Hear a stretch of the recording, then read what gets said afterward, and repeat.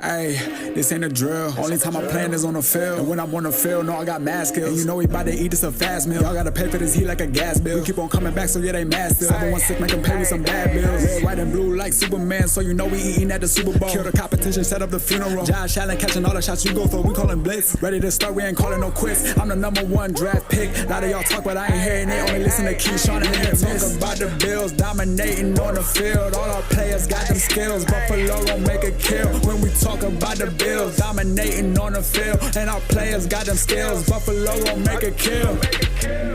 What's going on? Welcome back. We are back. Like my man Busta Rhymes said, we back. Like they sold us too much pharmaceutical. Straight up. Welcome to the Post Podium Podcast, home of the all truth, no sodium takes. I am your co-host Aramis, Melly Mac. And this is 40 Key. 40 Key in the house. Happy birthday. We got the clever. I know. We need that. Hey, ain't no shame in my game. It was a good day. Olive Garden. He took me to breakfast. Shout out to Serge. Shout out to those breadsticks over Olive Garden. Zupa Toscana. Never misses. I had a filling day. And before I forget, Just Cheesecake in Town of One. Ooh, that strawberry cheesecake was flexing. Just cheesecake? Just cheesecake. I rode past there like 2 days ago. I'm like, Where is this place? It's like so not town to town around, more like by the canal. Like, right. Like city North town. Yeah. My cakes every year for my birthday, they come from there. Word? It was that good? Oh yeah, every year. Okay. And they got different kinds. Strawberry. Yeah. I think I've had the cookies and cream one. They put the birthday cake frosting on top. Ooh. Yeah, you can do whatever you want with it. But you can stop and just pick one up. Are they just as good as the Cheesecake Factory, or you think they better? Never been a Cheesecake Factory. I've never had Cheesecake Factory's cheesecake. Wow. I've never had I've never been there, and I'm gonna say yes just because. They messing out. Nah, they throw it down. I've had Junior's cheesecake, man. That to me, that's straight out of New York City. That's headquartered in the Bronx. Boom, New York City. We got cookies and cream cheesecake. We got cotton candy cheesecake. We got strawberry cheesecake. We got whatever you want. Hey, so Steve says happy birthday. Huh? Steve says happy birthday, Steve, boss. my boy. Thank you. Yes, Hey, it's a shameless plug for Just Say Cheesecake. So go ahead and hop on over there. Hey, Steve, thank you for joining the Facebook group too. Yes, man. sir. Joining the fam for real. You locked in together, tight like a booty hole. Hey, do me a quick favor. Cut those lights on. We're a little dark. All right. We got some light in our life now. Let there be light. Let there be conversation. We got so much to talk about. Yes. Ooh, what are we talking about? Post-draft. I mean, draft? Did I miss it? Oh man, I wasn't there. I don't think we could have possibly missed it at all. I don't think so. My job was put on pause on Thursday and Friday for the draft. I'll tell you that right now. I believe that. Put on pause. I remember you telling me you told your boss like, yo, I ain't going over there. I'm staying behind the desk. I'm not doing it. Yeah, I'm not doing it. You can do what you want. I'm not doing that because I'm watching this draft, and then we didn't have a draft pick that night, so it's whatever. So let me ask y'all a question. Mm-hmm. I'm gonna read a question from Alex Brasky from Batavia Daily News that he asked to Keon Coleman. Yeah. He's a new one. I've never heard him before. This question annoys the heck out of me. I want to see what y'all think about this question. It gets alone. on my last nerve. I can't stand it, but they ask it every year to every new person that comes here. Just this one question. What do you know about the team, the organization, the city of Buffalo, the fan base, from the outside looking in? What's your perspective coming in here joining this franchise? What do you know, Batavia man? What? How you asking him that question? Right. What do you know about us? What? He knows. Why does it matter? Well, he knows we got Macy's. Why does it matter? He here to play football. Who cares? No. He knows we got Macy's. That's important. Got to have that Macy's because you got to get the yellow bubble, the red bubble, the blue bubble. Right. That's right. No, but literally, if he came in here and he was like, "Well, I do know the Boulevard Mall just sold for $26 million," and what? You would be impressed then? You like him more? Like, who cares about that stuff? Like, what do you think the guy's supposed to say, or what should he have said? You know what I'm saying? Like, oh man, he did his homework. Really? Like. Yeah. I don't think I don't like that question. Well, see, things like that, I struggled. I didn't even listen to him all like that. The press conference, I watched it for Keon Coleman because Uncle Shay and Ocho Cinco did a 15-minute bid on just Keon Coleman's presser. And Ocho loves him. Because he's cheap. That personality, I love that. Gotta have it. And you want to know why? Because like, even with me, like, certain situations, like the way we've been raised, right? We get on the phone, like I could talk to y'all like, yo, what's up, Key? What's up, A? When I'm on the phone, oh yeah, this is Mr. McAdory. How you doing? You know what I'm saying? You put on the speaking voice, you put on the phone voice. Yeah. Same thing with these guys when they do these interviews. They're like, oh, what do you think? Oh, I'm here to work, and I'm here to make the team better and all that. Yeah. You knew him. Like I get it.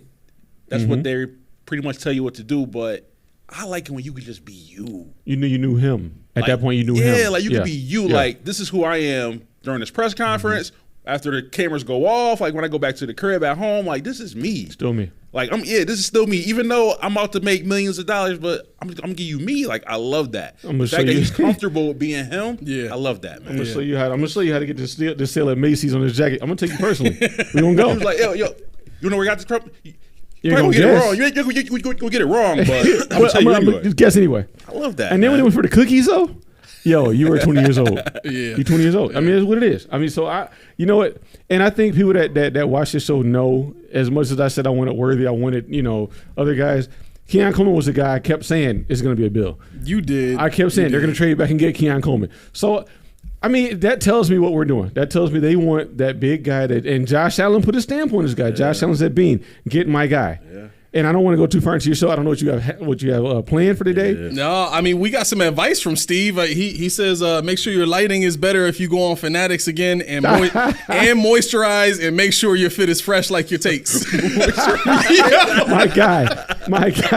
Thank you for keeping us on point, brother. I ain't gonna Thank tell you. you, Steve. I ain't gonna tell that. you no lie, Steve. Yo, I was just worried my computer wasn't gonna work for that show. Yo, I was scared. That's what I was scared about. Everything like the whole setup I had, I did it in like 5 minutes. I didn't even intend on using my phone. I intended on having like a real setup and setting up the blue mic I got at the house and all that. But you was like, all right, we about to go on. I literally just put some pizza rolls in the microwave, bro.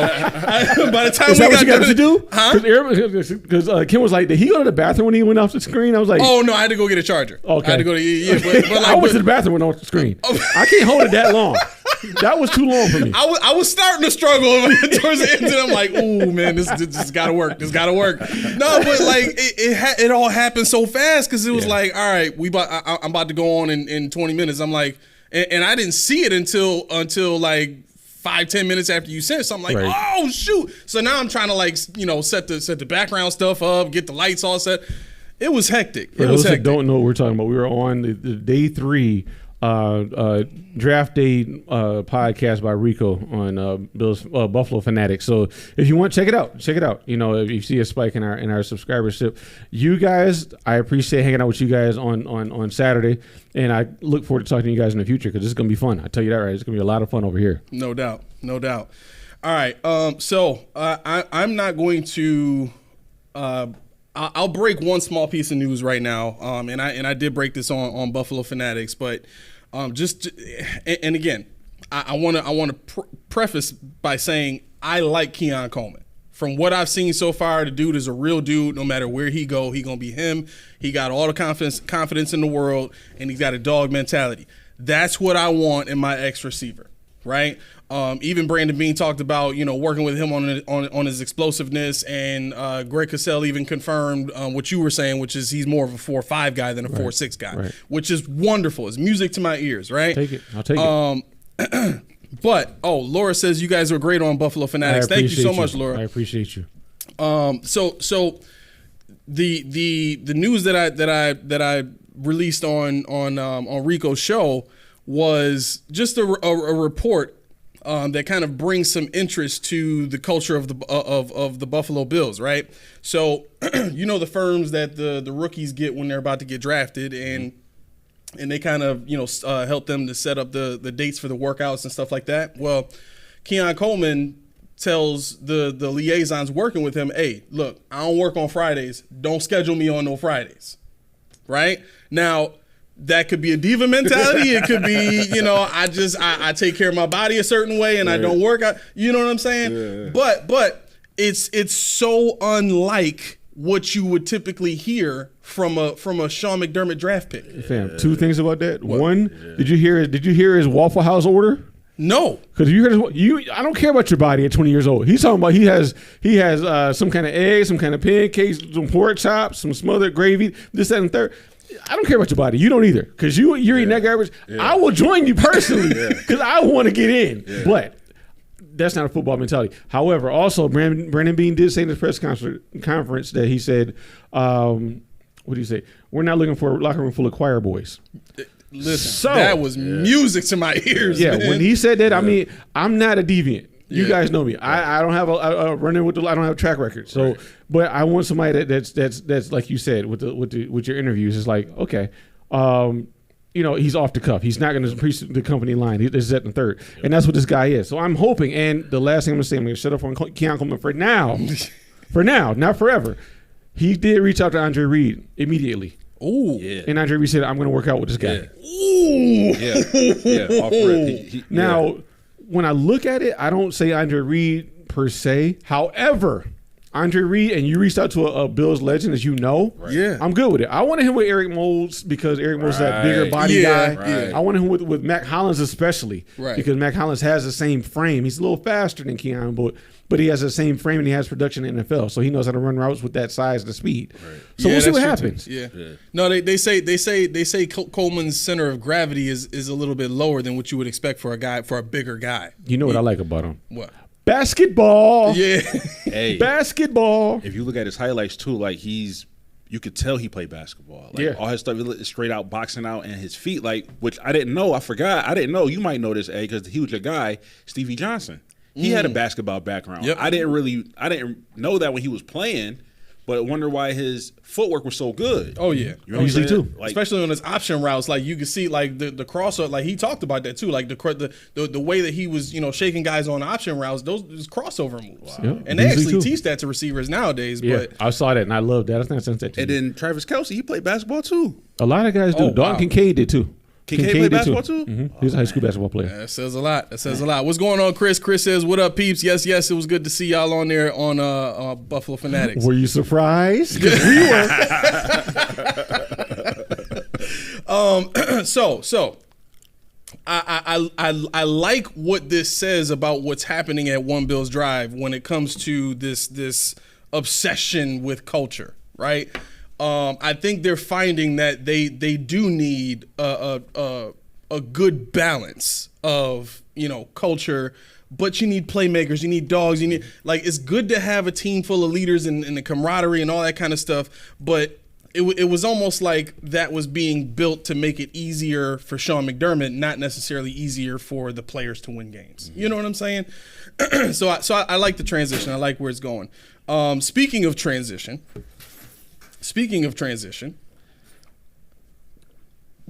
what did you guys think in totality of the draft class that we have right now? Oh, you stole my thunder. Go ahead. In totality, I was a little disappointed because I was, like I said, I'm greedy. I wanted that second wide receiver. Yes. And I really wanted to get him, and we didn't get him, so I was like, dang. But they signed Quentin Cephas. They did. I was hoping they got Tez Walker, though, from North Carolina. Mm-hmm. Like, I wanted him to be like the extra dude or whatever, but Is he UFA or? No, he got drafted. Okay. But I don't know, man. Like, the first part of the draft was cool. They kind of lost me with some players. I'm like, okay, which one? I want to go into that. Which one? I want to go into that. First one was the running back, bro. What? Ray Davis? Yeah. Wow. Rico, don't turn it off. Rico, turn it off. Turn it off, Rico. Don't watch this part. Go ahead. You wasn't surprised with the running back? Ray Davis? No. Yeah, no. I was surprised. You got to look at it like this. Ray Davis is everything you want in that backup running back, that 1B. Yeah. Okay. Ray Davis is he has lined up in the slot. So he actually led a couple of games in receiving. He's a low center gravity back that has that power mentality. He's a one cutter that can cut and go. Ray Davis is somebody that he transferred from Vanderbilt, I believe, with a checkered past. Not his past, but his parents were in jail and blah blah blah blah blah. But he went to Kentucky and he made moves. I think he was averaging about 5 yards a carry, 11 plus touchdowns. So no, I wasn't surprised at Ray Davis, especially when we got him. No. I thought that was somebody that especially when the guy from Tennessee went, the guy from Florida State went, the guy from Notre Dame was going to go or went already. Ray Davis was a better fit for us because he's a little older. He had the experience of two different systems. I liked it. I liked the pick. You like that? Yeah. And then me personally, it's just my niche. I don't Speak it. follow offensive linemen. I really don't. I don't follow I offensive linemen. lost it. Go ahead. Speak So on like it. some of these offensive linemen, I'm like, whatever. Yeah. You know what I'm you saying? hear center, you're like, I don't know center. Oh no, man! I love the offensive lineman picks. I really Right? do. Yeah, No, that's cool because Ben Prim was my like guy. I don't, like I said, I don't. Yeah. I look at defense, of course, wide receivers, quarterbacks, but I don't really pay attention too much unless they're like super things that stand out. Like this dude is a monster, like he's super big or like he's super strong. But like other than that, I really don't look at the offensive linemen too much. So I was like, I had to look up on these guys when they got them. I'm like, man, we took 3 of them. I'm like, man. Well, 2, because the last one, I honestly, and it's not going to happen, but I would love to see him at D tackle. Oh, I was one? just Which one? about I to would love to say see him that. tackle. Oh Which my one? gosh, The guy from England. the rugby guy. Oh, the Berkeley guy. Yeah, the rugby guy. Oh, okay. I would love to see him at D tackle. Because you think about it, and on the Buffalo Fanatics show, Kevin said something about, or maybe it was Channing, but he said something about the scrums, rugby scrums. Oh, yeah. And I'm familiar with, I like rugby. Remember we used to play? Yeah, we used to play it on video games, so I love rugby. So I'm thinking like, if he can do that, never mind his height, never mind his weight, the getting low and getting under the pad level at 6'7", and you know what, whatever. Junie, get ready. You ready? You ready, Junie? The thighs on this guy. Yo, pause. Yo, look at him. He's stressed out. Hey, yo. But You like his thighs? You started the show. But the thing is, the power that the drive from his legs. And I'm not even gonna say thigh, but the definition, his upper body needs work.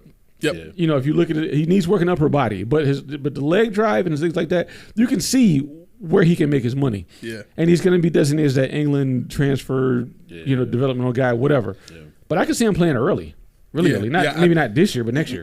I think if it's defensive line, he'll play sooner than he would if he's playing offensive line. line. Yeah. He's got great footwork and all that, but I think there's just so much technical stuff that goes into playing offensive line as opposed to being able to just pass rush. He knows how to get low. Develop a few moves here and there and get good at He it. knows how to tackle because rugby tackling is solid. Right. Solid tackling in rugby. Right. He knows how to do that. He knows how to get low. He knows how to use leverage. He has a speed 4.7 or whatever, 4.75, My whatever he goodness. was. At 6'7", 301. I mean, that's not really big per se. You know, I'm sorry, guys. You know how this goes.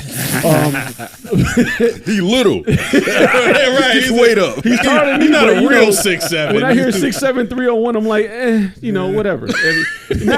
Not saying he's little, but it's just that he's not that bulky, humongous guy. Right. So I can see a world where he gets little, he gets skinny, and gets through that A gap and gets to that quarterback or gets to that running back. In a world where we wanted F.A. Obata to get to, but I mean, he was good. Yeah. But we got a new guy now, and I think this young guy can definitely be that person, and he doesn't have any tread on his tires. Yeah, I think overall I get a B. I get a Bills a B minus. That's fair. I think that's where I'm about there too. And reason being is that Chiefs trade, because I'm still on the fence because I don't know how it's gonna turn out. But I'm like, bro. All right. To me, you were that desperate to get that 3rd round pick. All right, keep it there. Right. Keep it there. Keep it there. That Keep it desperate. there. Keep it there. I want to talk about it. What is your grade on the draft? What do you give it? B minus? I'll say I'll say C plus. C plus? I'll say C plus. So I got a B minus. But if that worthy goes That goes factors good into way, your draft? Really? Really? Because that was a key moment in the draft. Exactly. So if that goes up to, then I'm gonna drop him down to a C plus. Okay. Yeah. But Okay. if it works in our favor, where he's not a guy, he's just a guy or whatever, you know what I'm saying, nothing huge come out of it, I still give him I stick with the B plus. yeah, We'll yeah, talk about that, but we'll get right to that. But this is where I am. I'm at a B plus. This is at a the B plus? highest B grade I've plus? ever given the Bills a draft. My God, The highest grade I've ever given the Bills draft. they're not gonna use none of these dudes but Keon Coleman this the year. highest. No, Cole Bishop actually might start. I think Bishop might play, Keon Coleman might play, and I think might on rotation. Ray Davis gonna be a rotational guy. Carter? Ray Davis, and then Carter and Solomon. Solomon definitely. Solomon, I You know would how they like to see. rotate. Solomon you know definitely. how they rotate. But I think like starters could be starters. The first two could probably be starters. Solomon I'd like think to see the Solomon center too. start too. The Van Pran. I think Van Pran, and that's one. Yo, I don't know nothing about him, man. Watch this tape, but we'll talk about it. talk But no, about this is it? what I want to do. No, I wanted to get into that. I wanted to expand upon that Kansas City thing because that was a polarizing thing, and Yeah. we were on video. I think you called me by mistake, but I called you back. And you didn't jump on, but that's all right. My phone died on a call with Mel after that because I'm like, fam, it's not. And what I learned listening to the national media, looking at Twitter, looking at Instagram, I don't care about it being Xavier Worthy per se.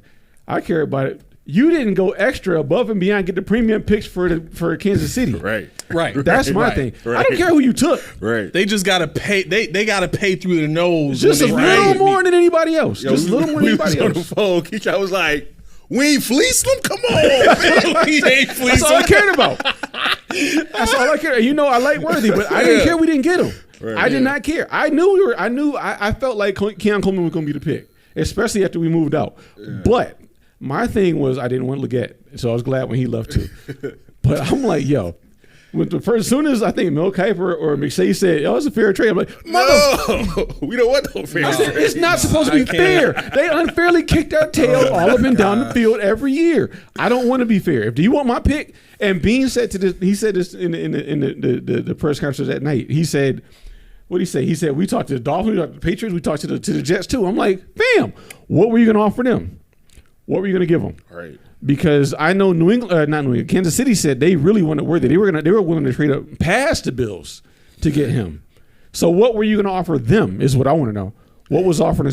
Because if you gave him extra above and beyond and the Bills said, "Oh yeah, we'll take that." No, I don't care about that third round pick. Right. Because you had 5 fifths or 2 fourths or whatever it was. You could have traded back in this if you I really think wanted they to. had like 4 fifths or something like that. Yeah, they had something Had 4 ridiculous. fifths. Yeah. So it's like you could trade back in if you don't need the third with Kansas City. Exactly. And I was worried about that the second day, and I'm not going to go into it. I was worried about that the second day. I'm like, we got into the third round. I said, why didn't we make a trade back into the third round? Right. Fam, we got all these picks in the back, and you're not using them all. They did, well, pretty much. Yeah. But I'm like, what are you doing? Yeah. Yep. Yeah, but yeah, man, I'm like, KC though, like you get like, to me, that's exactly what it was. He was heart strong on getting that third round pick. He came in there like, yo, I'm getting that third round pick. I don't care how I get it, but I'm getting that third round pick. Yep. He got it, but. All right, so Steve is Steving right now, so I got to get to these comments. Zuzu, what's going on? First one is, love Coleman's personality, but his talent is just a slightly better Gabe Davis. No separation, lack of tools to run routes, and 50-50 will be available will be available. I think he's trying to say it won't be available against real NFL athletes. Now, let me refute that, but let me ask you this. Do you have any context between the Michigan State tape? Because Michigan State, they made him run routes. Florida State did not. So there's a big disparity. He ran an even route tree in Michigan State, but he didn't run that same route tree at Florida. We know his production at Florida was higher, but we know that he also can do it on a college level in the pros. Now, I think to Steve's point with regards to Keon Coleman is will versus skill. Are you willing to get as good to max out your potential? Yeah, that's a good Are point. you willing to do what it takes to be better?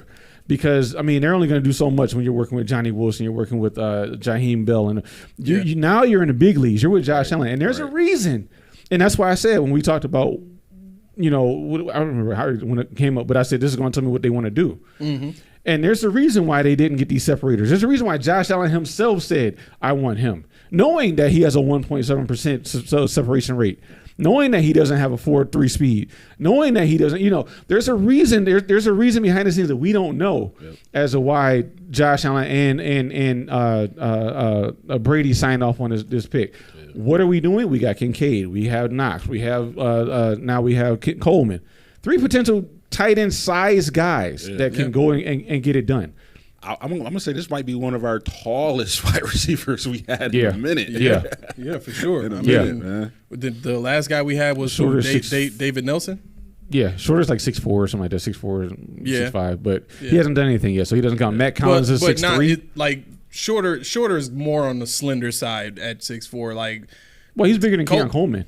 Huh? He's like 225. Oh, is he? Oh, he's big. Oh, I thought he was like 215. No, he's ripped. He's a Metcalf ripped kind of guy. His height, his weight kind of slender. He makes him look small. Okay, I mean, Junie, you ready again? No. Shirtless. No. The dude is there. He's there. Is he an Adonis, Keyshawn? He's an Adonis. He's a DK Metcalf Adonis. All right, so we got 2 more from Steve. So he says, who's the playmaker we drafted? So in a deep wide receiver draft, we come out with only one, and not one of the top 5. If we are panting next season, why not invest in offensive weapons instead of D depth? F. He's giving them an F grade. Had. Okay. Then he says this team philosophy is doggish. Thomas Jr. Could have been had, and a double dip at wide receiver was there. Yeah, it was. I agree with that wholeheartedly. I definitely wanted 2 wide receivers. I was Thomas went what, 19? Did he go that low? I think maybe in 20, like 22. What pick did Jacksonville have? Did they have? I think they 18? did. No, I think Maybe they had 19. 19. Maybe. I'm not sure. I'm about to pull it up. No, Steve, I can tell you right now, Steve, when it came to the draft, when they didn't get Jaquan Jackson, that's when I was like, man, really? Because Jaquan Jackson, Jamari Thrash, who else was there? Anaya Smith, maybe. Just those guys that are home run threats. I was like, okay, cool. When Javon Baker went, I knew we weren't getting him, but it hurt. And it hurt that New England got him, too. Yeah. That really hurt that they double-dipped at wide receiver and quarterback and the tackle. What made me mad was Malachi Cordy went to the Jets, man. Everybody went to our division. Everybody went to our division, it seemed like. Oh, he did. He went 23rd. Yeah, 23rd. I was going to say he went 23rd. Jaguars traded back. So it wouldn't have been a big trade. So, yeah, I mean, to that point, yeah, you're right. I mean, that's crazy. It would have been nice to have him. Yeah, I definitely agree with the second wide receiver. I don't agree with the first top 5 because you'd have had to give up the whole house just to get him. Right. And pre-draft, they're top 5, but once they buckle that chin strap, we'll see. Mm-hmm. And that's the thing, too. I had to sit back and think introspectively about now if we got Mahomes, if we got Xavier Worthy, if we got whatever, what would happen under McDermott? What would it be? Would it be exactly like it is under Andy Reid, or would it be something different? Right. Would they be those guys that they're like, they were good in college, they had the potential, but they didn't quite hit it? Yeah. So I think Josh Allen fell into the right situation, and I'm hoping Keon Coleman falls into the right situation, in the right mind state, because we got cookies, we got food, we got all these things. And Steve, I know what you mean, because I had a worry of a floor of Kelvin Benjamin. But when I think about Kelvin Benjamin, he wasn't great in college, but what he was he was solid. Kelvin Benjamin in college was a guy that had discipline, evident by the fact that he couldn't keep his weight down. Yep. Evident by the fact that he couldn't keep his mouth shut on Cam Newton. Yeah. Evident by the fact he's out of the league in 5-6 years, pretty much. Yeah. That tells you all you need to know about Kelvin Benjamin. So if Keon Coleman can bring his background, his past, and come back to the future and say, you know what, I want to be this guy for a long period of time. Who knows what he could be? Is he going to be Larry Fitzgerald? Maybe not. Is he going to be Tyreek Hill? Absolutely not. But that's not to say that he can't be a Devontae Adams, something like that. If he decides he wants to buckle down and really study and dive headfirst into what Buffalo's doing in one Bills drive. I can tell you what might happen. He keep eating them hot and spices. He might turn into Grimace. Yo, that dude love hot and spices. He eat them on game day. I was like, dude, hot and spices? Yeah, on game day. He was like, yo, y'all got hot spices up here? Yeah. You got whatever you want. He said they ain't got none in Alabama. I'm like, how you know, bro? You go everywhere you go, you ask for hot and spicy. You got whatever you want, man. Yo, all right. Last one from Steve. For now, that's right. Let me see. He said we got a bunch of Duke Williams on the team. Whoop whoop. Big guys with not great hands. No, Keon Coleman has great hands. He had one of the least drop rates in college. Like, that boy got hands. His knock is separation rate. So I can ask you this because you eat random hot dogs and stuff. Does he have big hands? That was for you, Rico. Rico and Channing, they're like, yo. No, he does. He does have big hands. Okay. Yo, Junie dying over there. This whole show is full of ayo. He gonna walk out. You stop this thing flipping. It's over with. You don't see Mel no more. You don't see that no more. It's a wrap. Oh my gosh. All right. Laura says, LOL, poor Kevin. Now he can have all the Popeyes biscuits he wants. Kelvin. Yeah. As long as he has something to wash that down. I wonder with. what he is doing he right now. He even had them strawberry joints they had. Ooh. I didn't have those. T had those. Are those good? T loved them. T loved them. Them joints is too good. You had I didn't had eat to put them down. I'm gonna go with the red beans and rice. Laura 100% Glizzy Gobbler. Hey, yo! Nah, I'm done, bro. I'm done. Nah, give me the little, give me the controller. Final You had to replacement. be there. You had to be there. I walked into a 40-year-old trap. I don't even care. You had to be there on Saturday. No, bro. Oh my gosh, this is great. This is great. Steve says, "Let me know who is the playmaker we drafted. I'm waiting. How is this a B draft? I take away JA-17. This team is the same as the drought teams. This team is the same as the drought Playmaker teams. that we drafted. Like I said, so whether you like the Keon Coleman or you hate the Keon Coleman or the other players, you can have your opinions, Yeah. but they won't be today. They won't come to no conclusions today. You gotta you're wait not going to till see it today. Exactly. Yeah. So I mean, the thing is, I think, and I'm not defending Bean, but I think the philosophy behind the draft in 2024 was we have Kincaid. Mm-hmm. We have to make Kincaid. He's the playmaker. Now my thing is I'm still not sold on Samuel. I know Rev talked about Samuel. He actually tweeted about it. Yeah. He's like, I told y'all. I'm like, I still need to know. Yeah. Right. Because somebody in the chat that we were on said, Samuel was great in college. He did the same thing in college he did in the pros.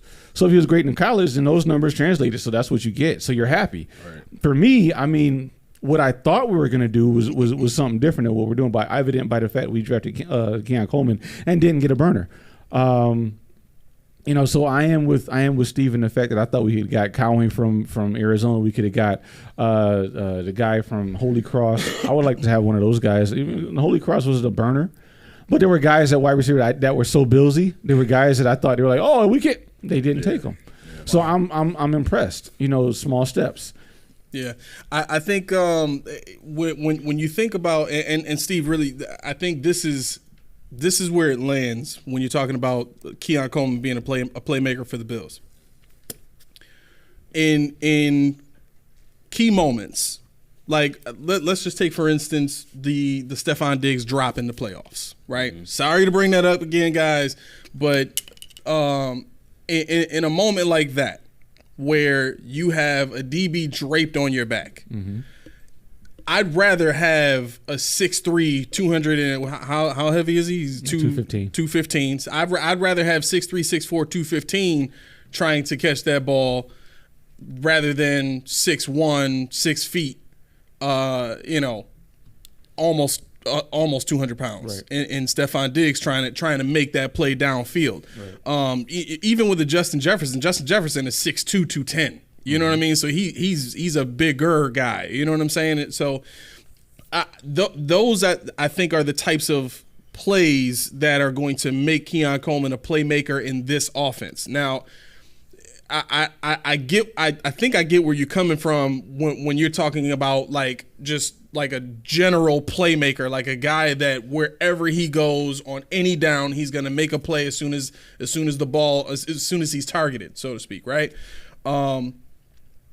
But I don't think the Bills think that way. I think the Bills think about a lot of things within a vacuum. You know what I mean? That's what it seems like to me. You know what I'm saying? They try to just keep everything very specific and nuanced and detailed so that they don't get caught up in the minutia of trying to, sift through, 100 receivers and find the one perfect one that's going to make every play. You know what I'm saying? And again, I'm not saying I'm a fan of that mentality, but I think that's what we've, kind of picked up on, as it stands now with the team. So, oh God, Rich, please. I told y'all King McDermott and Prime Minister Bean will shock the world. With what? Not in a great way, though. What do we shock the world in? Well, because they traded out of the first. I predicted that. I mean, I predicted that. We got a guy on here that predicted it. So I mean, it was the thing about as much as I looked at the draft, I said, okay, getting to the nitty gritty of it, I said what I said. All these guys have more production out of the slot. Mm-hmm. All these guys are more predictive. Even Ladd McConkey. Xavier Legette, everybody loved him because he was DK Metcalf, even though he's only 6 feet and some change and he's 220 pounds. That's not humongous. He's fast. Okay. But he's not an athletic freak. He's not a physical freak. He was just a guy. So hopefully Carolina gets a guy that they can work with. But I didn't need him here. We didn't need that. Especially at what the premium was for him. 1 year production. Everybody fell in love with that 1 year where he was mossing people. We got a guy that mossed people. The highlight they like to show all the time. What is that? Where Keon Coleman goes up and gets it with one hand and gets smacked. You see that everywhere. Yep. Yeah. You got a guy that mossed. Adonai Mitchell. What did he do? He went and got that redirected catch where he went up and hung up there. Yep. You got a guy that's bigger. Yep. You got a guy who's played, who kicked returns. A punt return, I'm sorry. He was a punt return man for Florida State this year. Do we forget that? Yeah. That tells you right there. He can move with the ball in his hand. Here's the other thing, too. He's 19 years old. He's 19 years old, 6'3", 215 pounds, right? 19 years old. His frame is not even fully developed. He might even be able to put on another 10 pounds. Yeah. You know what I'm saying? Yeah. And then what's he gonna look like?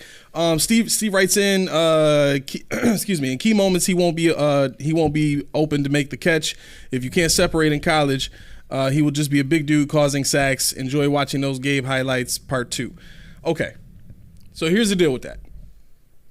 When you're talking about bigger receivers, let's go and look at the routes that DK Metcalf runs. He's a fast guy, but he doesn't run a lot of speed routes. The Seahawks don't have him running a lot of speed routes. He'll run a go here and there, of course, but he don't get a lot of those balls thrown to him, right? A lot of the stuff that he gets, the slants, the over the middle stuff, and what happens when people try to hit, go shoulder, in his chest. Bong. They bounce right off of him. And the kick to what you just said is that you realize that Keon Coleman was actually the fastest when it came to slots and digs and crossers. He was the fastest in the combine running those routes, clocked by next gen stats. Wow. Yeah. So he doesn't run a fast 40, so he's not going to run a go route. He's not going to run a 9. Yeah. But he's also one of the fastest when it comes to slants, when it comes to crossers, when it comes to dig. That's what he does. And I mean, if you look at his suddenness and his speed, I can tell you attest to it being a basketball player.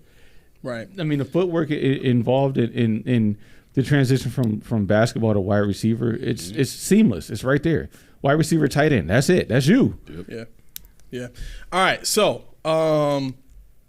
let's get into, because I heard some interesting stuff about the linebacker we drafted. My guy. Okay. Ulofoshio. Okay. Yeah. Oh yeah, Edifwan Ulofoshio. Ooh, Okay. he got the name right. Rico's Yeah. gonna challenge you on that one, though. Huh? Rico's gonna challenge you on that He one. might. I'm not Haitian. I'm not Nigerian. I don't know. I'm sorry. I tried. Mr. Q, you Nigerian? I don't know. No. Nah, yeah, Somewhat.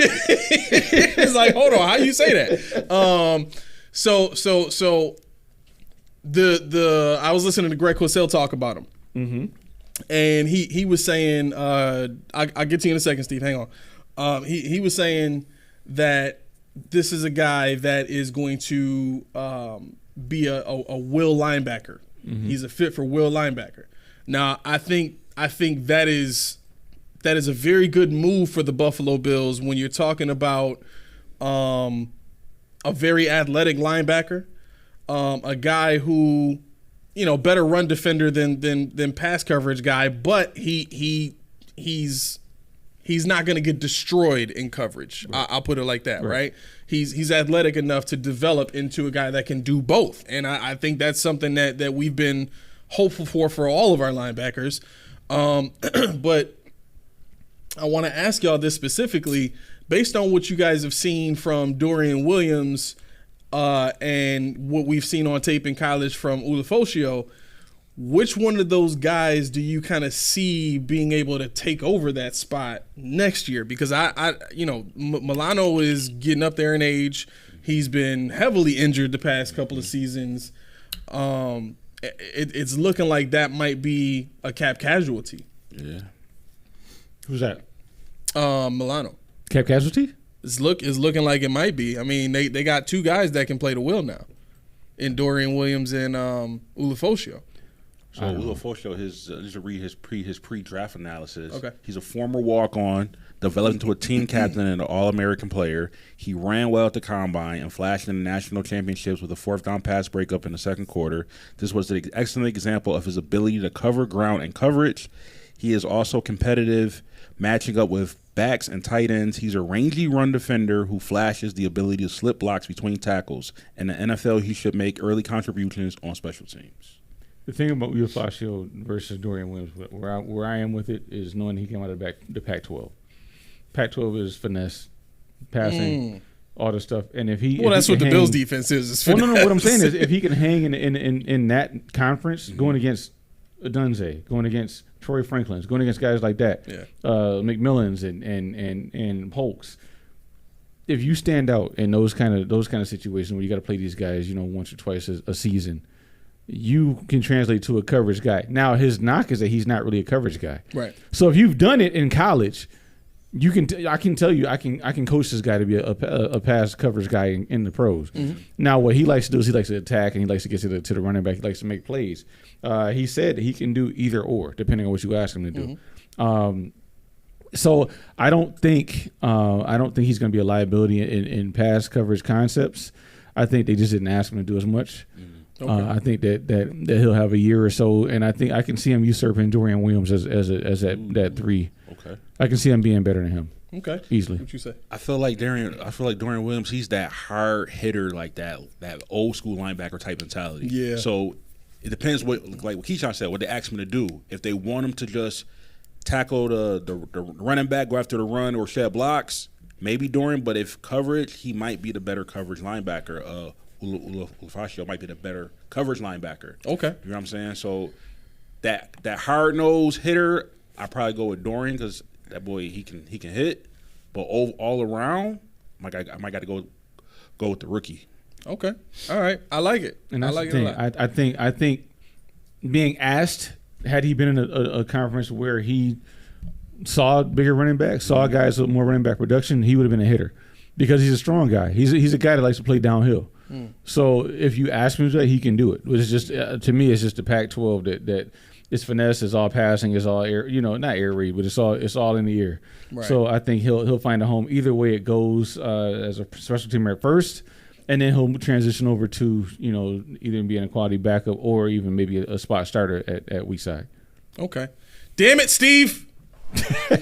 What's going on? He hates the pick too. All right. So let's indulge Steve. So Steve says other than 2 Miami games, I hope every team exposes this backwards Bills philosophy, choke defense, and low end weapons again. Then he writes, he's going off. Who the F cares about the third linebacker and strong safety in the playoffs? Defenses negate each other, and it's about how the star QB and his weapons and coaching can can outplay the opposing QB, and Bills are worse. Okay, all right.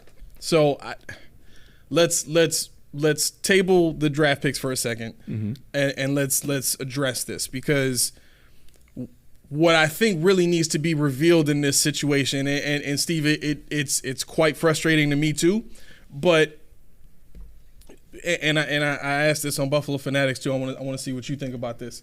What do these draft picks that we have right now say about the mindset of the Buffalo Bills?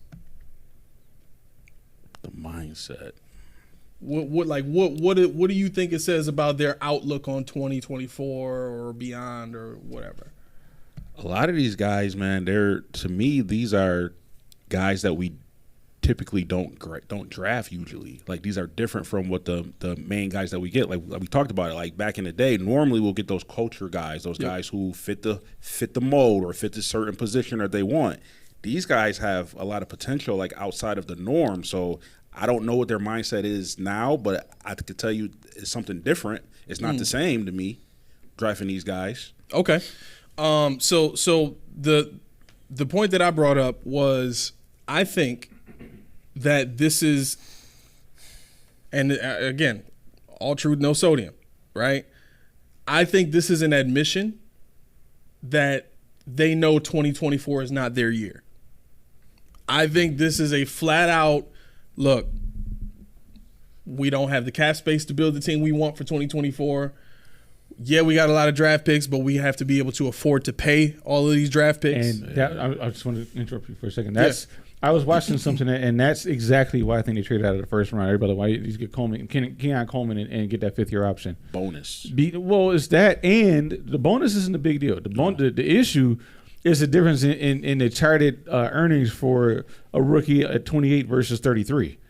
I think the 28th pick gets like a $9 million contract versus the 33 is like 2 or something, like 3 or something like that. Dang. So it's a huge difference on the cap. So they save like $7 million. Right We there. can't afford it. We don't have $3 million in cap space. So we can't even afford to really table this discussion for somebody with that high of a cap hit as a first round draft pick. So they said, okay, we'll get our guy, but we'll get him later on. Right. Yeah. And they also said too, going in the draft in the first round, your 2 marquee highest paid contracts are going to be quarterback and wide receiver. Mm-hmm. Those are the 2 top paying for the first round. And then probably so it makes sense defensive end after that. if we ain't had a cap room, like, oh, we need to get out of the first. We go to the second, but we got to get out of the first, Right. and still get our guy. Right. Yeah, I mean that to me is what makes the most sense about this situation, and you know, it's disappointing in a sense, but it also seems kind of arrogant at the same time. Yeah. Well, I mean, think about it. If I'm a team that has told my fan base we're not rebuilding. We're not rebuilding. But I make a bunch of draft picks that aren't going to help me until, well, and when I say aren't going to help me, they're not all going to come in and have a chance to start. Maybe one or two of these guys, 3 if we're lucky, are going to come in and play. They may not be impact players day one. They may start to pop week 8 or week 9, but that to me is like, well, most of these guys, then their impact is going to be for 2025. And if that's the case, where's the rest of the help? Where's the rest of the team that's supposed to win in 2024? Mm-hmm. Like that's the part that made me want to give them a C+ and not a B or whatever, because it's like, where's the investment on now? You know what I mean? Usually they sign a bunch of a decent free agents. And then they'll get some draft picks that, can kind of fill in some, backup roles and stuff like that. They love playing the veterans. That's what they've usually done. Mm-hmm. But now they're going to have so many young guys out there playing and in key spots. You know what I mean? Like, we haven't had this kind of youth at the wide receiver spot. We haven't had this kind of youth at I can't really say the safety spot, but offensive line. We really only got one old guy in Deion Dawkins. What else? Running back is super young. Yeah. You know what I'm saying? So it's like, where are the pieces that are going to get you over the hill from where you were last year? And the thing that kills me about looking at how they built the team, people say, if we get to 2025, we got all this money and all this stuff. We don't. We only have $5.8 million next year. Everybody's throwing around that $50 million. We got 5.8 as it stands right now next year. So I don't know where they're getting $50 million from. You let me know. Well, maybe another restructure from Josh Allen, because you said they only partially. See, that's the thing. If you keep restructuring people, you're never going to get to the point where you're free. That's like when if you pay your rent, we'll say, and your rent offers you that option to pay halves. Mm-hmm. I pay on the first and I pay on the 15th. It's beautiful in the second, but when you get to the third, fourth, fifth, sixth, seventh, eighth, ninth, you still got some rent to pay. Right, still paying. Right, yeah. Right. So I mean, why not just pay it all? Pay it all and get it done. So just let Josh Allen's contract do what it does, because I don't want the same kind. And after a while, he's like, "Yo, nah, fam, I'm not signing the extension unless you guarantee you're not going to restructure anything else, because you have to pay the piper at some point."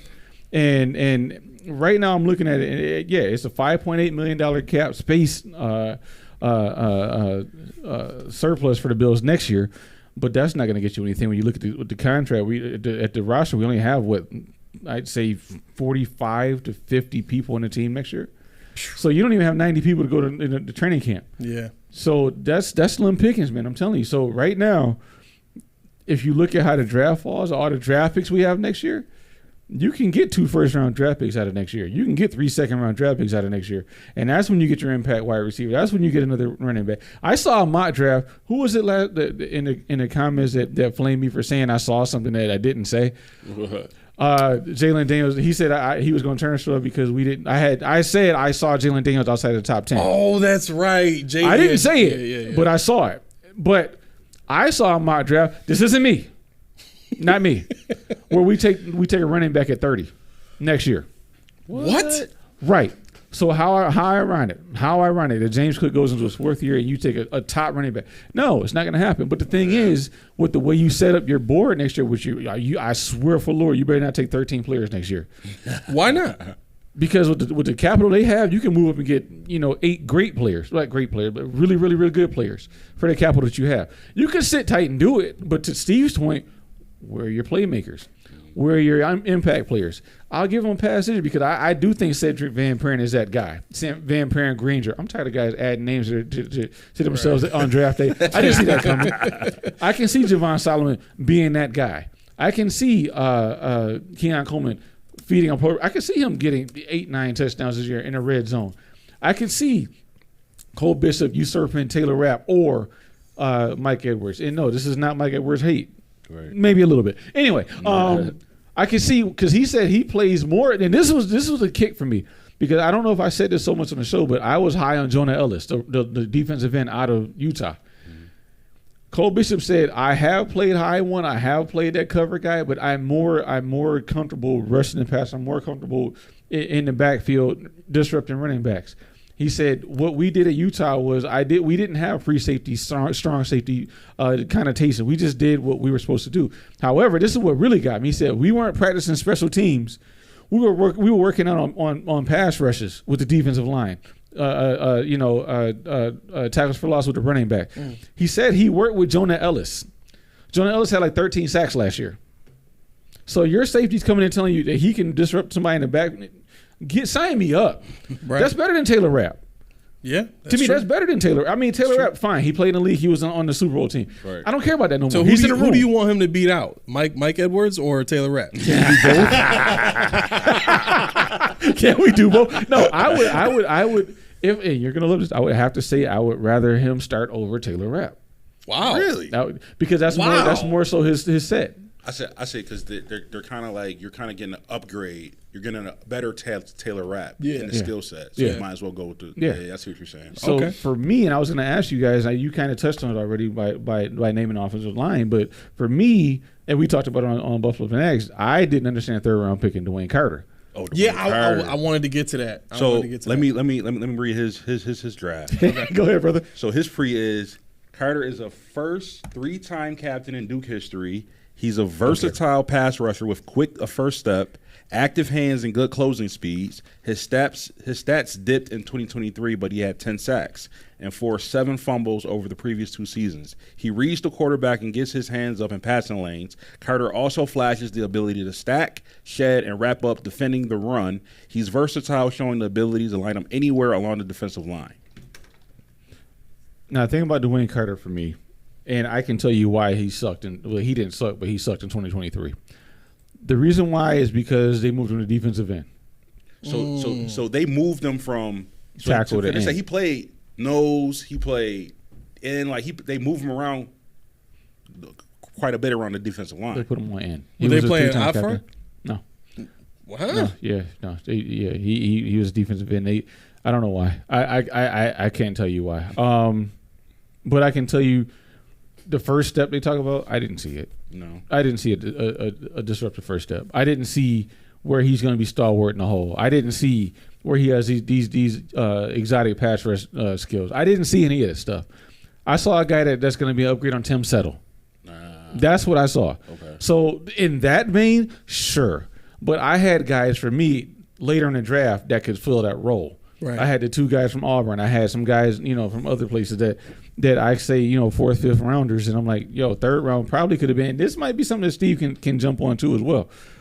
He is. We got to get to his comments. Yeah, this might be something because that's a pick that I'm like, you could have did that later, right? As opposed to trading away. And you said there were one text available later on too. There were one. And we needed Zion Lowe was a guy I really liked. It sounded like they fit into the rotation scheme. Oh, we could rotate this guy anywhere. Right. And I don't want that. See, for me, I don't want that. That's stupid. Right. Exactly. Yeah. Let's get to these comments real quick. Rich wrote in, I don't understand how people say Bean draft's bad. If they are still on an NFL roster, then obviously he did his job correctly, LOL.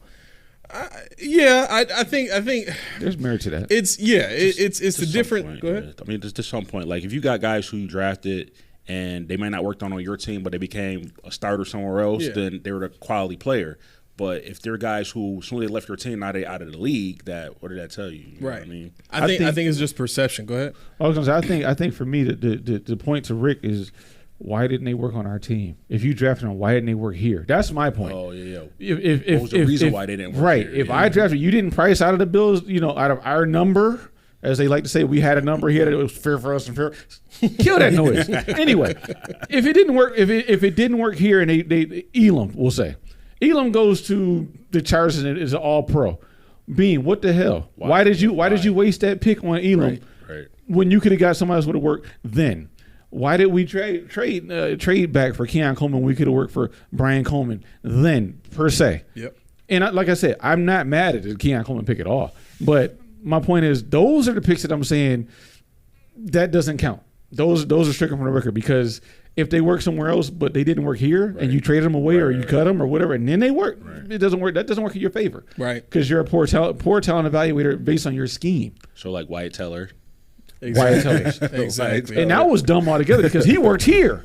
You think he did? He was because the guy that he came in for was not great at all in my opinion, and Wyatt Teller wasn't Brown's Wyatt Teller, but he you could see he's better than the dude that he's that he's getting the start over. Right. But the craziest part about Wyatt Teller though, and I might have texted you, but I know I was texting you about it because I was having a fit. Yeah. I had just got finished watching the highlights and breakdowns on how he mastered switches, mastered communication, mastered one arm pass off.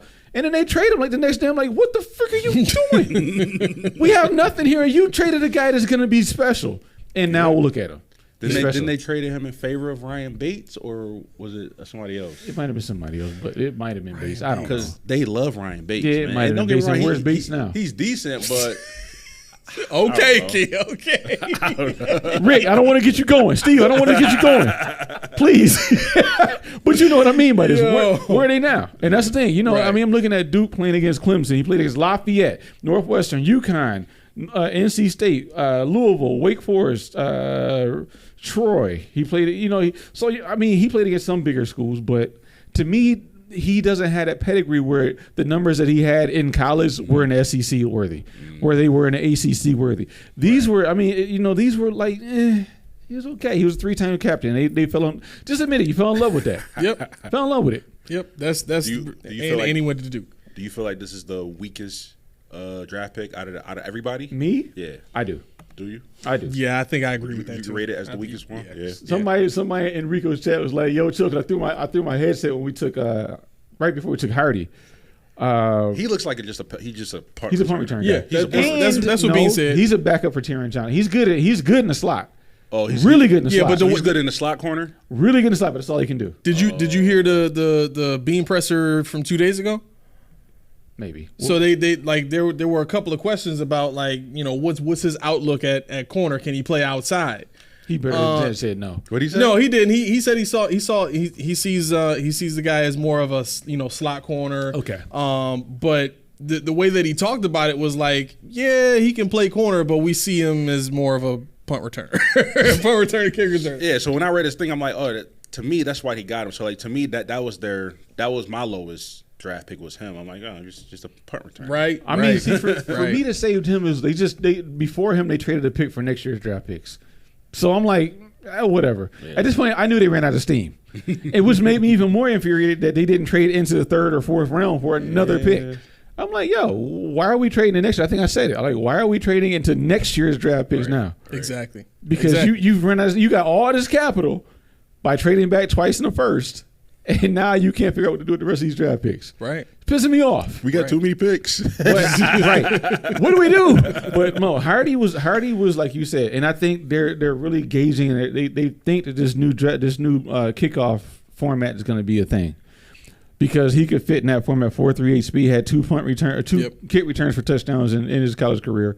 So I could see him being somebody that fits in what they want to do. Wouldn't it be hilarious if a majority of these draft picks end up playing special teams and that be the reason why they drafted a lot of these dudes? Really think about that for a second. A guy like Carter good pass rusher, which means he can get around blocks. You could put him like right in the middle of that punt defense squad. Right. A guy like Ulofoshio, great run defender, can get around blocks. Special teamer right there. Like there's so many of these guys that you can look at and say, man, their skill set is probably better served on teams. That's where that's where they're gonna spend the bread and butter of this season, probably on special teams. That's crazy. That's just insane with the holes that they had on the offense and the defense for them to just assume it's just, oh my gosh. All right. So it is. Really quick, we got a few, well, we got a bunch. Wow. All right. Let me see if I missed any up here. Cue it up. Okay. Where you want to go? So Steve says the mindset is a defensive coach who wants to be defensive and conservative in a. Hold on, Steve. Who wants to be defensive and conservative in a league that favors offense more and more? It's a backwards mindset in a forward world. Poor Josh Allen. I agree with that part. I can't disagree with that. Right. Then he goes on to say it's obvious next year is not a Super Bowl year, but why not go all in with offense in this year's draft with all the talent and then go all in defense next year? Any thoughts on that real quick? I don't know what the next year's draft class looks like. Listen, all I know is Will Johnson is coming out next year, and if the Bills don't do whatever it takes to get that man in the door, I got a problem with it. That's all I'm saying. That's your guy for next year, Will Johnson? That is the guy next year, Will Johnson. Corner for the Michigan Wolverines. Gonna be the number one corner in the nation going into 2024. Come on, man. All right. I'm too early for that. I can't even go. Not about Will Johnson, but I can't even predict anybody. I'm just now doing research on 2025. So Okay. I don't know who's who. I'll have it soon. Yeah. Okay. I'll have a wide. See, that's what we're gonna do this year. This year, and I think it's Chris that won the shorts. One of them. Yes. My guy. What I want to do this year is I want to do kind of a college intro. Not intro to college, but I want to go ahead and say, let's watch this game together. Let's watch that. Watch this player. Watch that player. This is what they do. What I think they're gonna do, and we're gonna build together. We're gonna build together. I don't care how busy you get. We could just do a quick like phone call. Like we can get on Google Duo. But I need the fantasy stuff. Now I need the fantasy stuff. Now that I'm confident my computer working, it's a wrap. Now Right. I go in my bedroom and do this. Come on, It's man. a whole other dimension. It's gonna be so easy. Another dimension. I promise you, we're gonna make it easy. I was scared. That's why I was so nervous about it. Because I was like, I don't know what my capabilities are. Yo, my sound was worse than yours. I was mad. I was like, yo, I'm the tech guy. How does it sound way better than mine? This is terrible. I had the earbuds. I'm like, Oh my god. He made me more nervous off topic because he was like, "Yo, Key, you can go ahead and get a $50 mic for this." I'm like, "For one show?" I told you, I said, "What's he talking about?" I was thinking like we got StreamYard too, and that part of the plan was to be able to do like spot stuff here and there, right? So I was thinking you gonna need something like that anyway, right? But then he's like, for one show, I'm gonna just use some earbuds. I'm like, okay, you might be sounding trash. And here I go, I'm the one on the show. Like, what the heck? What was some earbuds? Was it Beats? No, man. J-Labs. Ooh. J-Labs. Everybody knows me. J-Labs is my thing. J-Labs. I deal with J-Labs. And here I am with some Sony headphones, the cordless joints. I just had the earbuds with the cord. That's all I had. Earbuds with cord. Plugged into the back of the computer. I couldn't even move that far from the screen. Couldn't even go that far from the screen. Unbelievable. All right. God works in mysterious ways. Steve is still rolling with the comments. So he says, every year it's depth over playmakers, competitive versus being an elite team with elite playmakers, plural. He put a big capital S on the end of that. And then he said, and what's with the fan base cheering for DeJean in round 1? What's going on? DeJean. Cooper. Cooper. We ain't get him. Right. No, but I think fans were A lot of cheering people like wanted to him. him. They wanted him. When he dropped out at the first, I was like, ooh, maybe this could be something. I tell you what, though, Philly, they got the they top secondary two is nasty. They got the top two quarterbacks. You say he was going to change his last name to John, J-A-W-N, like they say in Philly, John. Oh, that's that John. Yeah, he might. I might change it. They're gonna say it anyway. He's stupid. Right. So Steve writes in Bills draft, and then he puts a colon there. No weapon that scares teams. No lockdown in secondary. No D-line that needs double team. No O-line that really moves. But lots of character and captains. Yay! You know what? Choking coat Bills, disgusting. It's just too soon to say. Like certain people, I agree with. Right. But certain people like I said, Javon Solomon, 16 sacks, led the nation in sacks. Yes, Yeah, he sir. was at Troy State, but shameless plug, I was gonna go there until I went to Edinburgh. That's where I actually went to play basketball there. But the thing is, when I'm looking at guys like who, OCU Muras and people like that went to Troy State and made a name for them, are we in hindsight saying those guys are trash? Mario Addison gave us 10 sacks. Right. Are they trash? Right. No. Yeah. But they just don't have that name. They wasn't the marquee name. Right, they don't of have the that name. draft. And I agree with Steve. It's not the fun pick. Yeah. It ain't fun. Right. I wanted Chris Braswell. And I think Rated Rev said on my Twitter, he's like, I know who you want. We got to, when the second got close, he's like, I know who you looking for. And they were going to take him. So I was actually excited that he was going before us because I'd have been pissed that he'd been before us or after us. Yeah. But I'm gonna subscribe to the Bills Mafia mind state and say, you know what? Let me just hold off a second on a couple of these guys. Some of them, Dwayne Carter, don't hate you as a person, don't hate you as a player, but I just don't get that one. Yeah. That's what I just don't get when you took him. Yeah. Right. Super Promo writes in, Beans and McD has a 2020 Carolina mindset when they need to evolve to 2024 style. This is why teams like Chiefs stay ahead of Bills. And then Steve comes back in. He says, Chiefs, Bengals, Texans, Chargers, Browns, Baltimore will all be ahead of the Bills. Jags are coming too. What great team has Bills mindset? Steve, I'll do you one better. And I said this on the show. I'm afraid of the Patriots. What? Man, listen. I'm afraid of the Patriots. They got a quarterback and two bona fide targets for him. That's tough.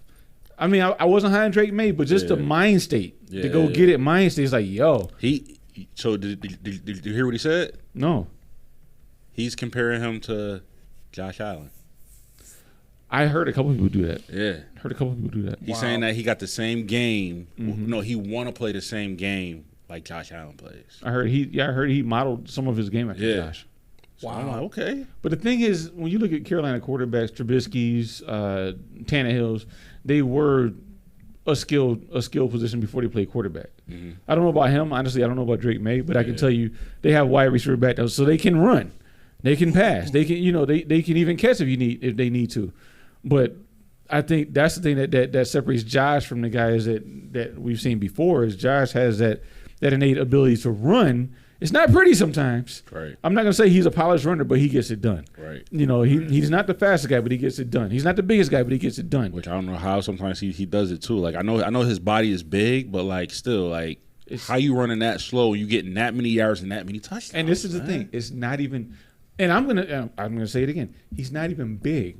So when Steve Tasker says he's a huge guy, Chris, you guys are small. He's not that big. But the thing that separates Josh Allen from the rest of these guys is just this: that small market mentality, that underdog mentality, where he's like, if I get hurt, even though he knows he's a guy, it's almost like he's like, if I get hurt, who cares? Yeah.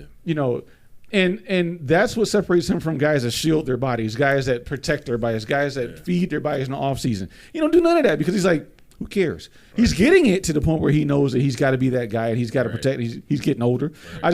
I told T yesterday, T and my mom, and they laughed at me on my 40th birthday, and they're like, something happened. I said, I had to jump on my high school bleachers. Like, they're only, I don't know, 3-4 feet. You push yourself up. Man, when I had to hop up on that thing, I think I strained my calf again. Fam, I'm old now. All I got, everything is on a linear plane. Nothing else. No jumps. No speed. Just got to survive the rest of my life. Because when I'm looking at why I brought that up, is because Josh Allen in totality is the embodiment of that mind state. He's like, if I get hurt, if I do this, if I do that, whatever. Yeah. Even though we know he's it. We got Trubisky behind him, which I'm finally happy, and me and A talked about it. I'm happy we got a guy that can actually play behind Josh, and I feel confident in to win a game or 2 or 3. And somebody that I know is going to be here next year, because how many 1-year contracts have we had? Yeah. How many guys have in and out? Case Keenum's. Yep. Who else? We had Kyle Allen's. Mitch Trubisky even. Yeah. I don't want that anymore. I need consistency. Yeah. And to Steve's point about, where the playmakers, where is this, where is that? We got the frame rate. We got the baseline. We got guys like Keon Coleman, Javon Solomon, Cedric Van Pran, who could be a playmaker that people sleep on as an offensive lineman. Yeah. That guy at UCF. The guy played quarterback. 42 in high starts school. in college. Yeah. 42 starts. 42 That's starts. a lot of That's a football. lot of starts. That's a lot of football. And he played for Georgia, so he's got a national championship on him. I can't wait to double down. Right. He was on that team. But the Grable dude, you know Grable's history? No. He was a quarterback in high school. I read that. This the guy tackle. from. Wasn't he a quarterback and tight end? He was a tight end in college. Oh, tight end in He was college. a college tight end, then moved to tackle. Wow. So he played the whole line pretty much He and played the quarterback. line and he played quarterback. He said, so what that gives me is the ability to read, look at cornerbacks, see what they're doing. Look at safety, see who's blitzing. I can tell by the fact I played quarterback. I know what they look like. Okay. He said, I can't wait to get in the lab and learn from Spencer and Dion. I know. I'm sorry. However, Hey, like learn from Dion. What? but I mean, Dion's done it for a number of years. I mean, I've been doing oil changes for a long time too. That don't mean I could be just teaching Well, somebody. are you a Pro Bowler at oil change? That's what I'm saying. That's what I'm saying. Yeah, and like, did I like? Am I that much better than my peers as a Pro Bowler? Like, because that matters too. Or did I just get much of a voted Pro in by Bowler? fans? No, Like, but I mean, the thing is, like, if you see, that's the thing. The guys, what do they say? If you can't teach, if you can't do something, you teach. Right. So if Spencer can't play right tackle, Right. you teach Right. if you Yeah. want to. If Right. Dion can't play left tackle, you teach. If this guy is 23, 24, 25 years old coming in with all this knowledge, and then now you put on what you've learned, please, with the 4'9" as a tackle, at 305 pounds. I mean, we talked about it on the podcast we did Saturday, and they said, you know, he has not an ounce of fat on him. The guy, he's not sloppy at all. Jeez. And this is from the Miami guy. Yeah. You know, Kev said that, and then when Shannon got in, he doubled down. Dude, when you said that, I'm feeling you with that with the age though, man. Like I'm in the gym now and I'm like, I can't get back to where I used to, man. It sucks. It hurts, man. Like in my prime, like benching 375 and like lifting, like I'm doing 255 on the incline. Like I can't do that no more. No, man. because I your feel- shoulders say, "What are you doing, fam?" and I feel like I'm wasting my time. Like if I can't do what I used to do, why am I here? Sidebar. Let me tell you where I am in the gym. I'm the guy that goes and gets the 50s. He just be like rubbing them out. You want to know he going 100? I'm like, nope. I got the hoodie on. I got the earbuds on. I'm that old dude now. I'm just going for cardio now. I'm just going for like just general health. Yeah. I don't even care about that I stuff don't like no it, more. man. I don't like it. Hey, that's life. That's life. Last I got on the bench, it was 300, and that was it. I said I could probably do more, but I don't want to. Yeah. I don't want to because I'm old. I'm whatever. Yeah. If you're older than me, you're not old, but I am. Right. Well, you're older than everybody here. Exactly, mentally. No. Oh, in this room here. Yeah. All this been in the chat. I'm about Well, to say, I I mean, don't maybe. know who's in the chat. I don't know. I don't want to insult people by thinking that I'm older than everybody because I'm not grandpa. Could be. I'm not gonna do like Rigo did and call people out on their height and weight. I was insulted. He put me at offensive line. I'm like, dude, I'm a DN easily. Yeah. DN No, easily. I either got to be Andy Levitri or a center somewhere. I got pushed out by Channing. No, but Laura writes in. She says, "I can't wait to see the Pats' new coach. I'm rooting for him, except against Buffalo. He's in for a rough time in New England. I can't say they'll be good until I see the rollout. Man, listen." Right. If he's any kind of, he could just be a baseline coach like in the league, like literally like baseline, like Arthur Smith baseline, right? Arthur Smith is a great offensive coordinator, but a very baseline head coach. If he can just be that, and Drake May comes in and plays well with those two receivers they drafted, he gonna win some games. Let's be real about that one, because that defense is what, 2 years removed from being second overall, and they didn't lose a ton of people on defense. Let's not forget that they have Demario Douglas. Demario Douglas. Yeah. Do they have Keyshawn Booty? Keyshawn Booty? Yeah, they still got him. Yeah, they still got him. Then they have, who's the other guy? The veteran. Who's the veteran wide receiver they have? Juju. Let's not forget. I mean, look at that wide receiver room. Now, that's one thing where New England always failed at, was drafting like receivers. Like our receivers was like, everybody they took was like, oh man, he sucks. But he's sucks. trash. He sucks. He's But- just a placeholder. right. He's trash. But now they got legitimate wide receivers. Yeah. All right. Excuse me. T-Jab writes in, what do you guys think about picking up a veteran like Odell or a lower cost receiver like Zay Jones to complement our receiver core, or do we stay with the status quo? Odell, no. You know So what? we just signed Cephas, Quintus Yep. Cephas from the Lions. So like I feel like this, like I don't know where to put him. Like if we sign that guy, like is he going on the field right now? You got to fight for it. You got to fight for Yeah, it. he got to fight for And that. that's what I want. I want guys because I like Cephas at Detroit. And yes, I know you guys are surprised. I know who he is. But I like Cephas in Detroit. And he actually caught my eye. And unfortunately, he was caught up in that gambling deal. But I could see a world where he competes for a spot. I could see a world, and I'm like I said, I listened to masses before I did my work, and I was like, Mac Hollins, why the hell would you pick him? But then I watched him play. Mm-hmm. I watched even plays where he didn't get the ball. I'm like, yo, the nuance. And that should have told me right there, Keon Coleman can work here if he's willing to work. Yeah. So, no, I think they're not done. I don't think they're done at all. Yeah. I really don't. I hate to say this. Wait, done in terms of Wide receiver. really? Yeah, I don't think they're done. I hate to say this, but with Mac Hollins, he might be like a straight upgrade of Gabe Davis. He blocks just as well. Wait, let me get this. Wow. you alone are sad to say that he's an upgrade on Gabe Davis.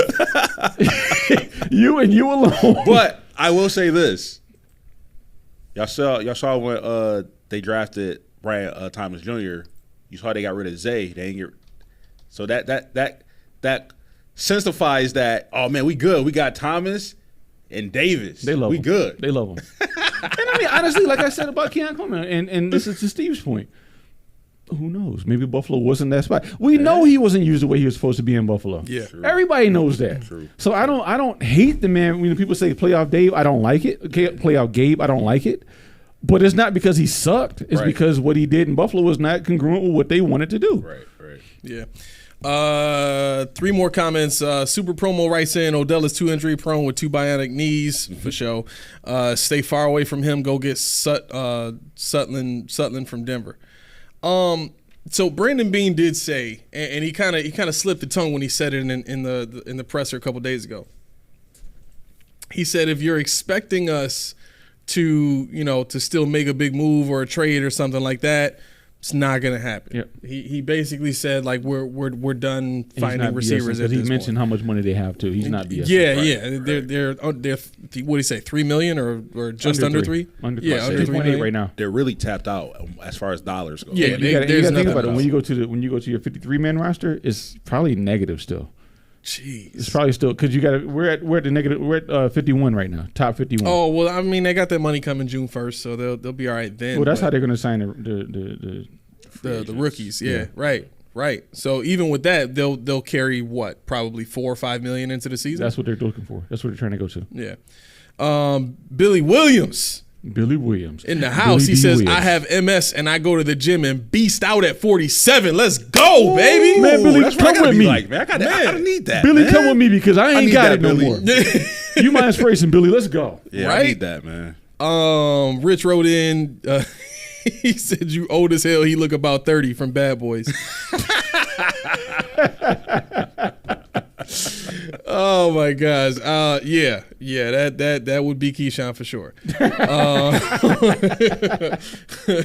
No, but okay. So y'all been patient. Y'all been patient long enough. I'm gonna break this news about Stephon Diggs really quick, and then we can get back Wait. into. You didn't say it was Stephon. We could have did this a long time ago. Why didn't you say this? I mean, I like to. I said I got some breaking news, but I want to keep some mystery to it. Right. I wasn't listening. Really quick before I get into that, Laura says, I think there's an interesting trend of hiring players for 1 year. Odell for Baltimore, Diggs in Houston, to try and get a Super Bowl. Good, bad, unsure, but the bag great for the player. Yeah. I think that's probably the name of the game now when you're talking about the amount of money that receivers are making. These quarterback contracts that are coming out now where everybody's making $50 million or more, wide receivers are making 30 or more. Like, these franchises have kind of ruined the salary cap scale in a sense, to the point now where it's somebody is going to have to suffer in the way that who's the running back for the Steelers that took a year off? Le'Veon Bell. Somebody's going to have to Le'Veon Bell this thing. Like somebody's going to get hit with that in order to bring that market down. But see, things like that I like. See, I don't like the way Bean does it, where you go and get guys, Shaq Lawson 1 year every year. I don't like going to get Jordan Phillips every year 1 year. I don't like backup quarterbacks 1 year. That's your depth guys. I don't want to bring in. And this is where Steve will get me. I'll get in a lot of trouble with Steve. Actually, Steve gets me in a lot of trouble. Because I agree in that regard. Is bass backwards. Yes, I said bass backwards. You don't loud and proud. Loud and proud. You don't go ahead and rely on those guys. Those are the guys that are fighting for the roster. Those are the guys that are fighting for a jersey. Not the guys that know they're going to play every week. When did you ever know Shaq Lawson wasn't going to play? Jordan Floyd wasn't going to play when he was healthy. Trubisky wasn't a backup. Those are not backups. Right. For me, those contracts are prove-it deals. You're proving it on my roster as well. I'm not the roster you're going to prove it to another team on. You'll prove it to me too, because I might want to sign you. Right. All right. Here we go. I'm sorry. You know what? I'm so sorry. No, don't apologize. I forgot again. I got to rant. Go ahead. No. I'm saying I'm sorry now because I forgot you had breaking news again. No. I'm done. We got time. Well, I'm not done, but go ahead. You don't have time. Yeah. He's like, I got some wiggle room a little bit. All right. So here it is. You ready? Like to hear? Here it go. Here we go. So I talked to my source the other day, and it turns out because on this show we were speculating about who wanted Diggs out of the door. Yes. Right. And I think the conclusion The punter went on going. It was actually Colonel Mustard in the dining room with the candlestick. I think the consensus we came to was it had to be Josh. It had to be Josh, right? Because of all the back and forth that they had, and then the reports came out that Josh was trying to get guys to buy into the culture again. I don't even believe that anymore, but go ahead. just in case it's not Josh, I don't even believe that anymore. I thought that he wanted out. Diggs? That was my consensus, that he wanted to leave. That was my consensus. Well, it turns out that it was, in fact, Sean McDermott that got him out of there. Oh, for sure. It was Sean McDermott. For sure. The way that it was said, it was said, it's not Bean. It wasn't Josh. Yeah. It's Sean. And you know the funny thing about that? I'm not going to lie to you. I was on board with Josh. Yeah. But then I started thinking about it. I started looking at things. I started thinking about how Josh is. I'm like, he ain't that dude. Yeah, I was like, it's no way. Right. To call and get a player out of there. On top of that, I mean, Josh is not arrogant enough. Right. To be like, I'm gonna get rid of my best receiver, right? And then we just gonna replace him with any old body, and we like no player is thinking like that. It's just where they may. He got to go. Right. And then you connect that to Sean trying to get rid of him last year. It makes perfect sense. So there you have it, folks. Sean McDermott is the one that got Stephon Diggs out of there and caused the Buffalo Bills to suffer the largest cap hit by a non-quarterback in NFL history. Ego. All ego. Yeah. That's. I mean, I think that's what I wanted to point out too. Like everything about this draft class says ego. Like we got time. As a head coach, I got time. I'm gonna be here anyway to develop these guys and grow this thing and do whatever I want anyway. So who cares if we don't win it in 2024? Who cares what the fans been waiting on? I'm just gonna do my thing, right? It's very arrogant. But I want to talk to y'all about this. I want to talk to y'all about the transition, right? Mm-hmm. Brandon Beane said the word transition in his presser from a couple days ago, and that was in reference to the guys that we drafted. How a lot of he said we got dogs and leaders. Well, actually, the reporter said that phrasing, but he reiterated that. My source is connected to someone close to Stephon Diggs. That's all I can say. Laura says McD is big on culture, and if Steph was bringing it down, believable. 100%. You know what you gotta say? Respectfully, I understand the question, but I like to keep it in house. My sources like to keep that, right. keep that in house. I understand the question. So yeah, Steve wrote in, McDermott hates good offense. I'm cheering against the Bills except for the Miami games. Why is it Miami? Wait, why is it Miami? I got to know why.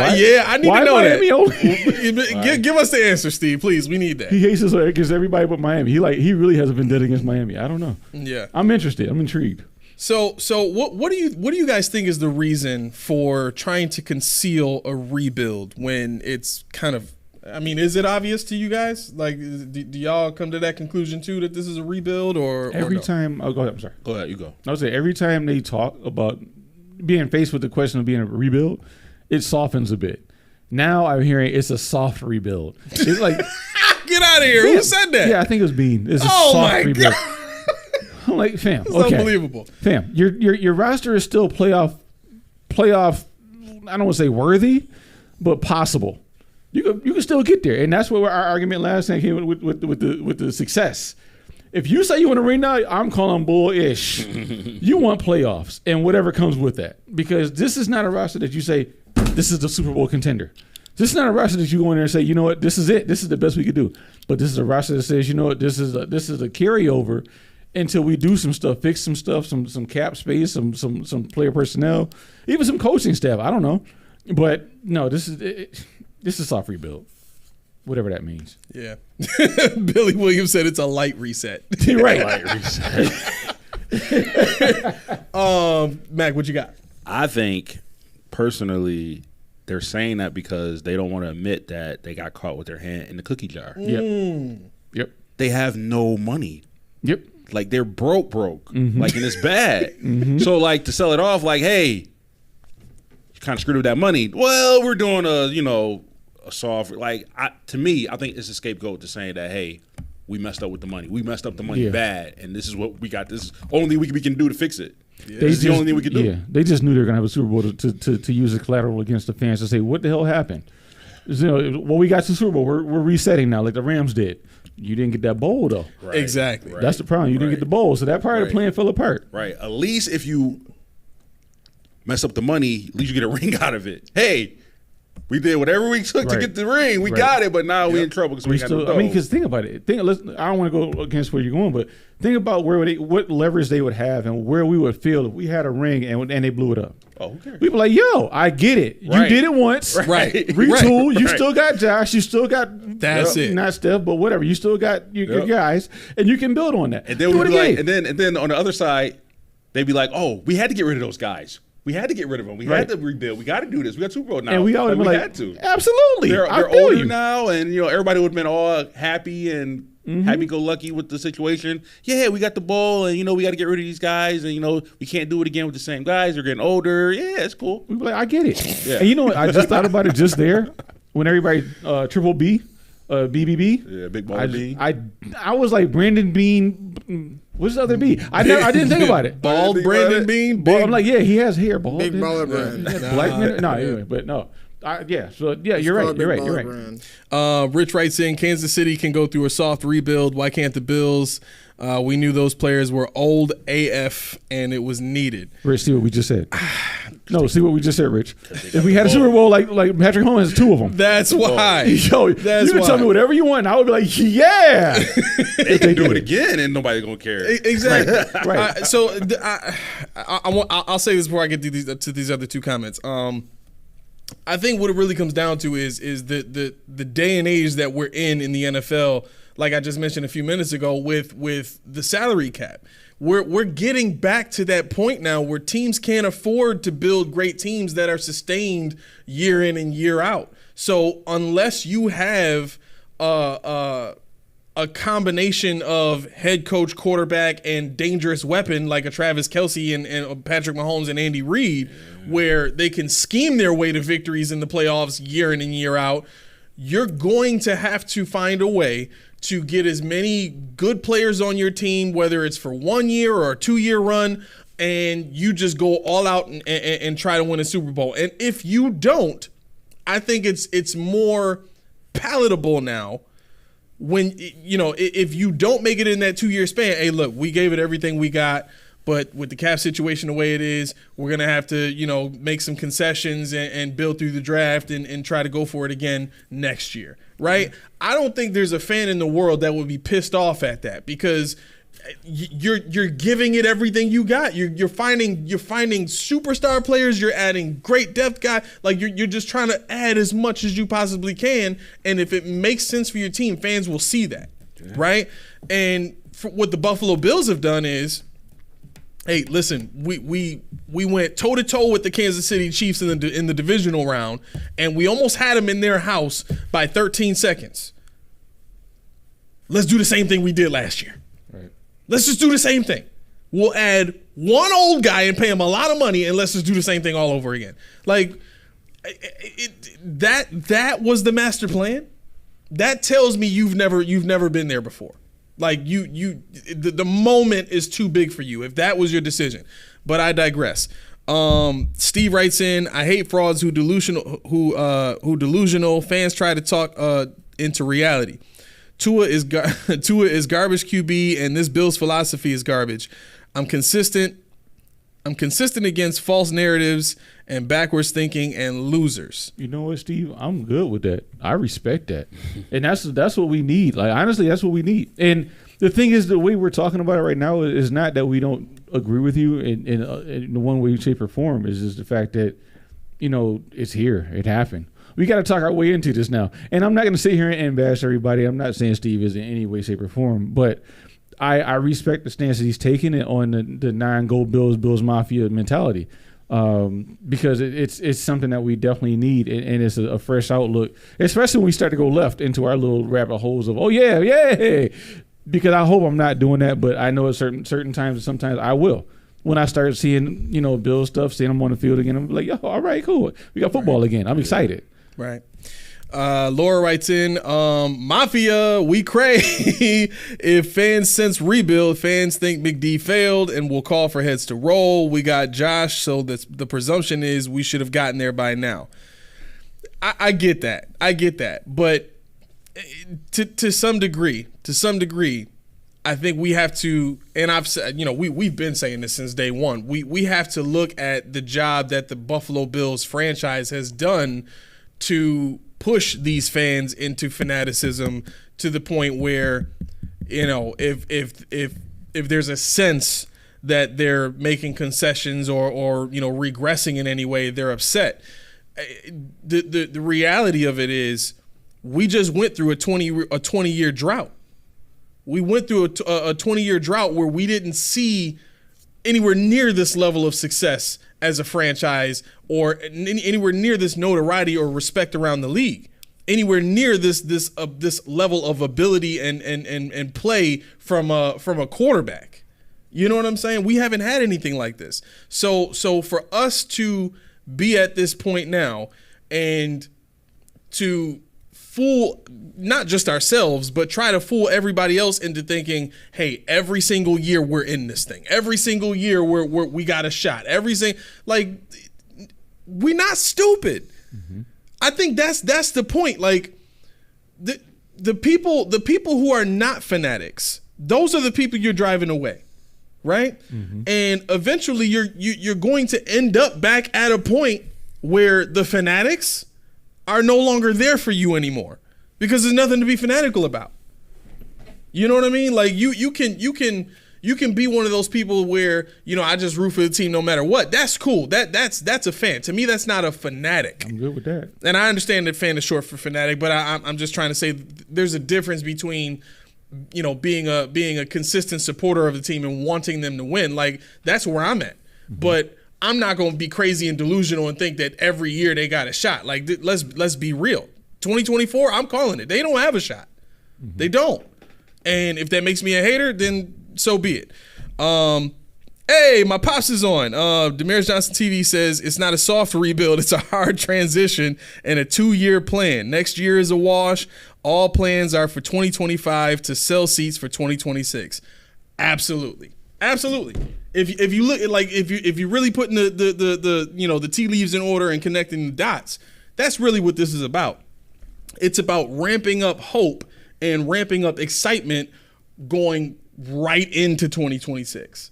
Like so we talked about this. I think it's two episodes ago. Okay. The guy that had the season tickets for the suite. Yeah. And he's got there's 8 seats in the suite, and he has all 8 seats season tickets for, right? Yeah. I don't remember what he was paying beforehand, but the new price they gave him with PSLs included, $440,000. Right. We're talking about almost $50,000 a seat that this guy's got to pay for season tickets and PSLs combined, right? There's no level of excitement, for that, but when you add on to that, hey, we got young budding players. We got a great young safety that came into the league, and now he's a budding star. We got the running back that's a budding star. We got the linebacker that's going to be coming in and starting because Matt Milano is a cap casualty. I'm calling it.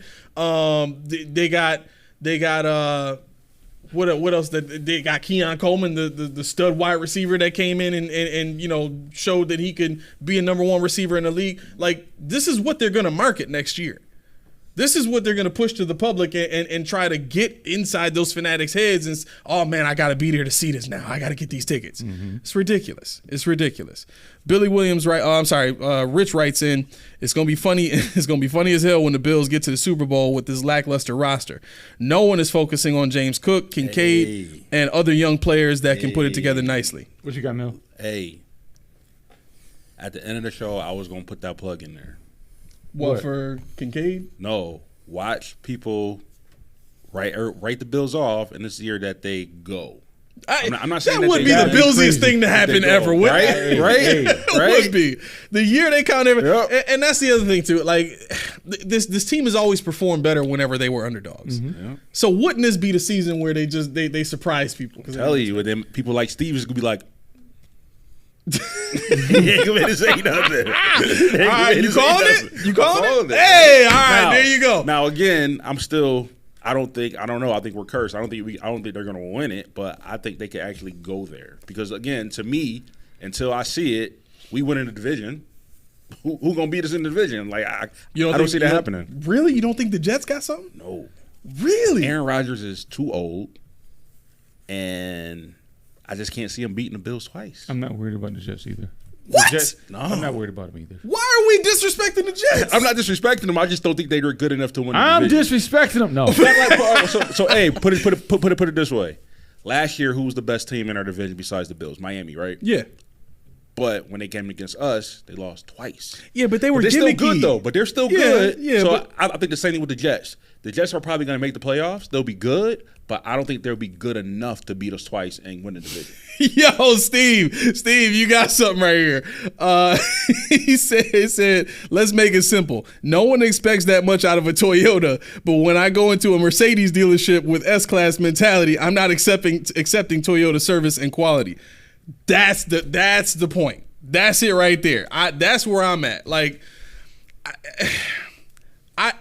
I would love nothing more than to see the Bills have success with what they have this year, especially because it means that all the young guys that we got are contributing and they're developing and they're gonna be even better next year. I would love nothing more than that. But based on what I've seen from this coaching staff, and I'm talking specifically about Sean McDermott and what he's put into place now. Granted, I think the only caveat to what I'm saying is, they're because they've brought in players that no longer fit the old, the culture, so to speak, right? They brought in guys that aren't. I don't want to get that. I don't want to get deep into that, but I'll just say they. Steve, you promised. I'll just say that there is a difference to the players that they've drafted this year, as you said. Yep.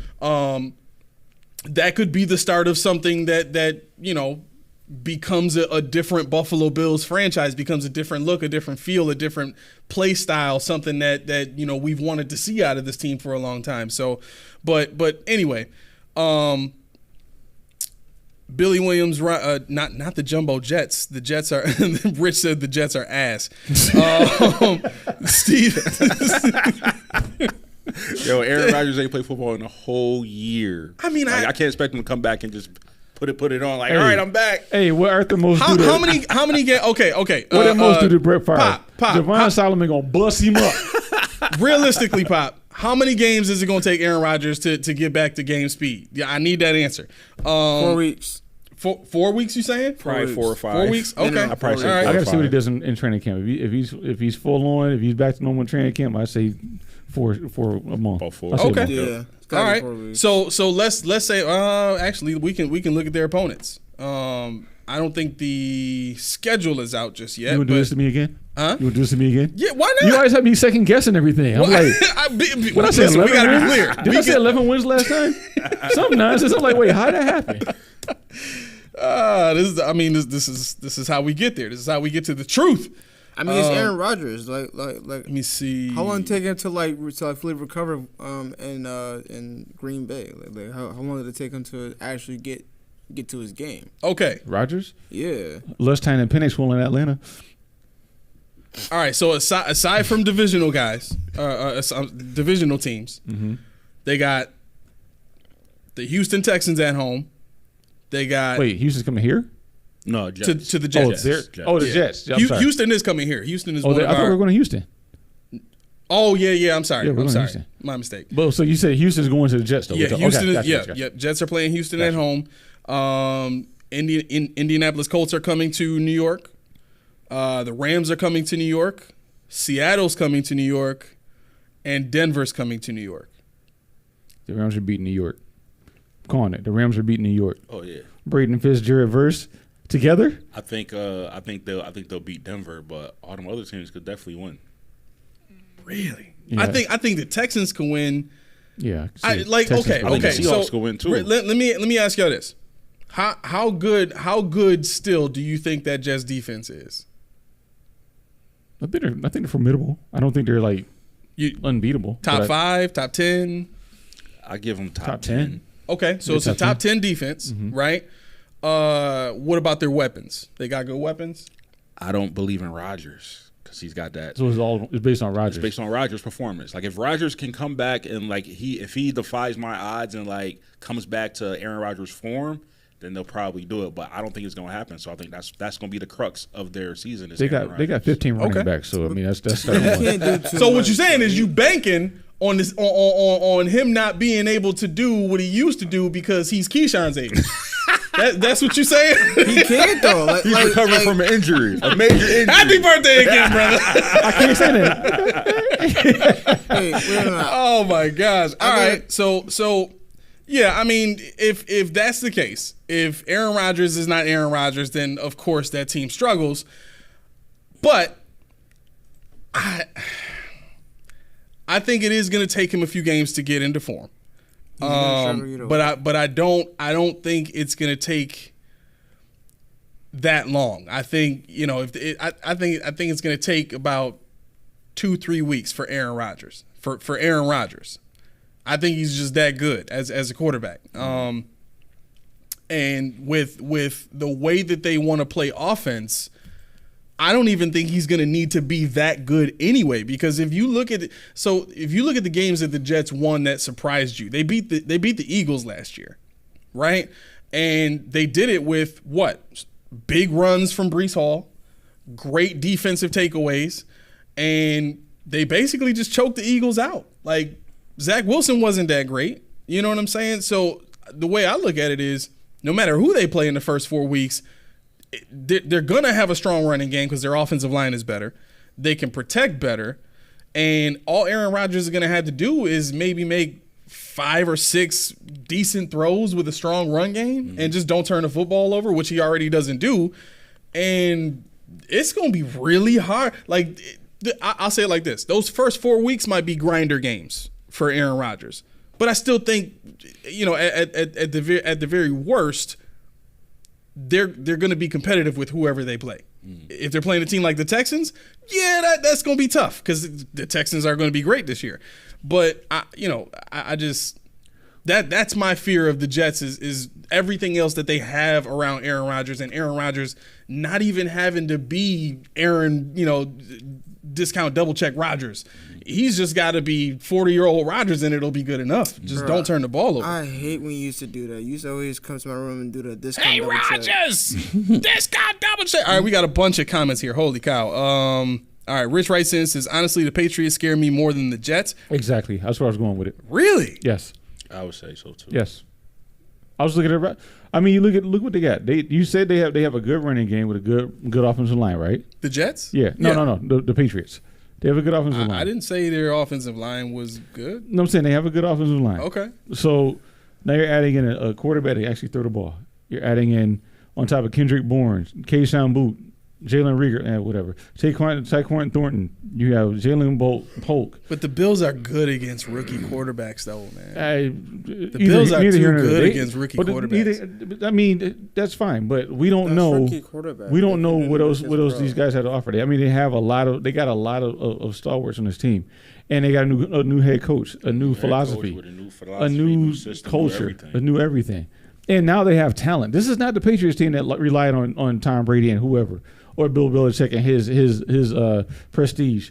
This is a team that actually has people in it that we actually looked at as like, oh, I wish we had them on our team. Right. So when I'm looking at the Jets, I get it. Okay, fine. But I'm looking at this Patriots team, and I'm like, maybe they won't gel right away, but I could see this team picking up steam at the end of the year, a la Houston Texans last year.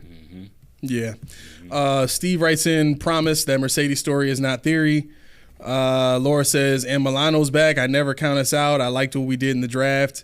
No, Steve, do you promise you're going to pay for this the channel if we make a Super Bowl? That's what I care about.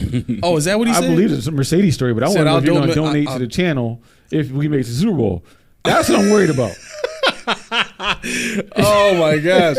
I'll take it. And I'll how take much? it. $5, $5.50. That's cool. Oh yeah. It's got to be a significant number. It can't be $250. Okay, $5.75 final offer. $5.75. Rich writes in 17 games. LOL. Tom was consistent.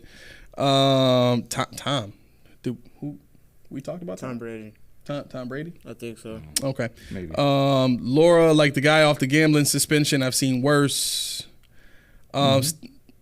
Laura says, yeah, he does. Laura says, but McD has to get off the goody two shoe speeches. Yeah, I don't think he will, but I think he's gonna have to tolerate having a room full of guys that won't be all that for him now. And we'll see how he does. Maybe he just goes crazy and quits during the middle of the season like Vontae Davis did. Steve writes in, if New England hits on the QB, look for a Houston-like year. It depends on the QB. Jets always jet. Yeah, I'm not huge on Drake May. I'm not huge on Drake May. However, that's exactly where I am with it. The Jets, whatever. To me, the Drake made the potential's there. Yeah, that he could be great. Yeah, I mean, imagine dude, they got one of the other guys. They got Jalen Daniels or even Caleb Williams. Man, this kind of, and that's what you got to look at. The team is ready.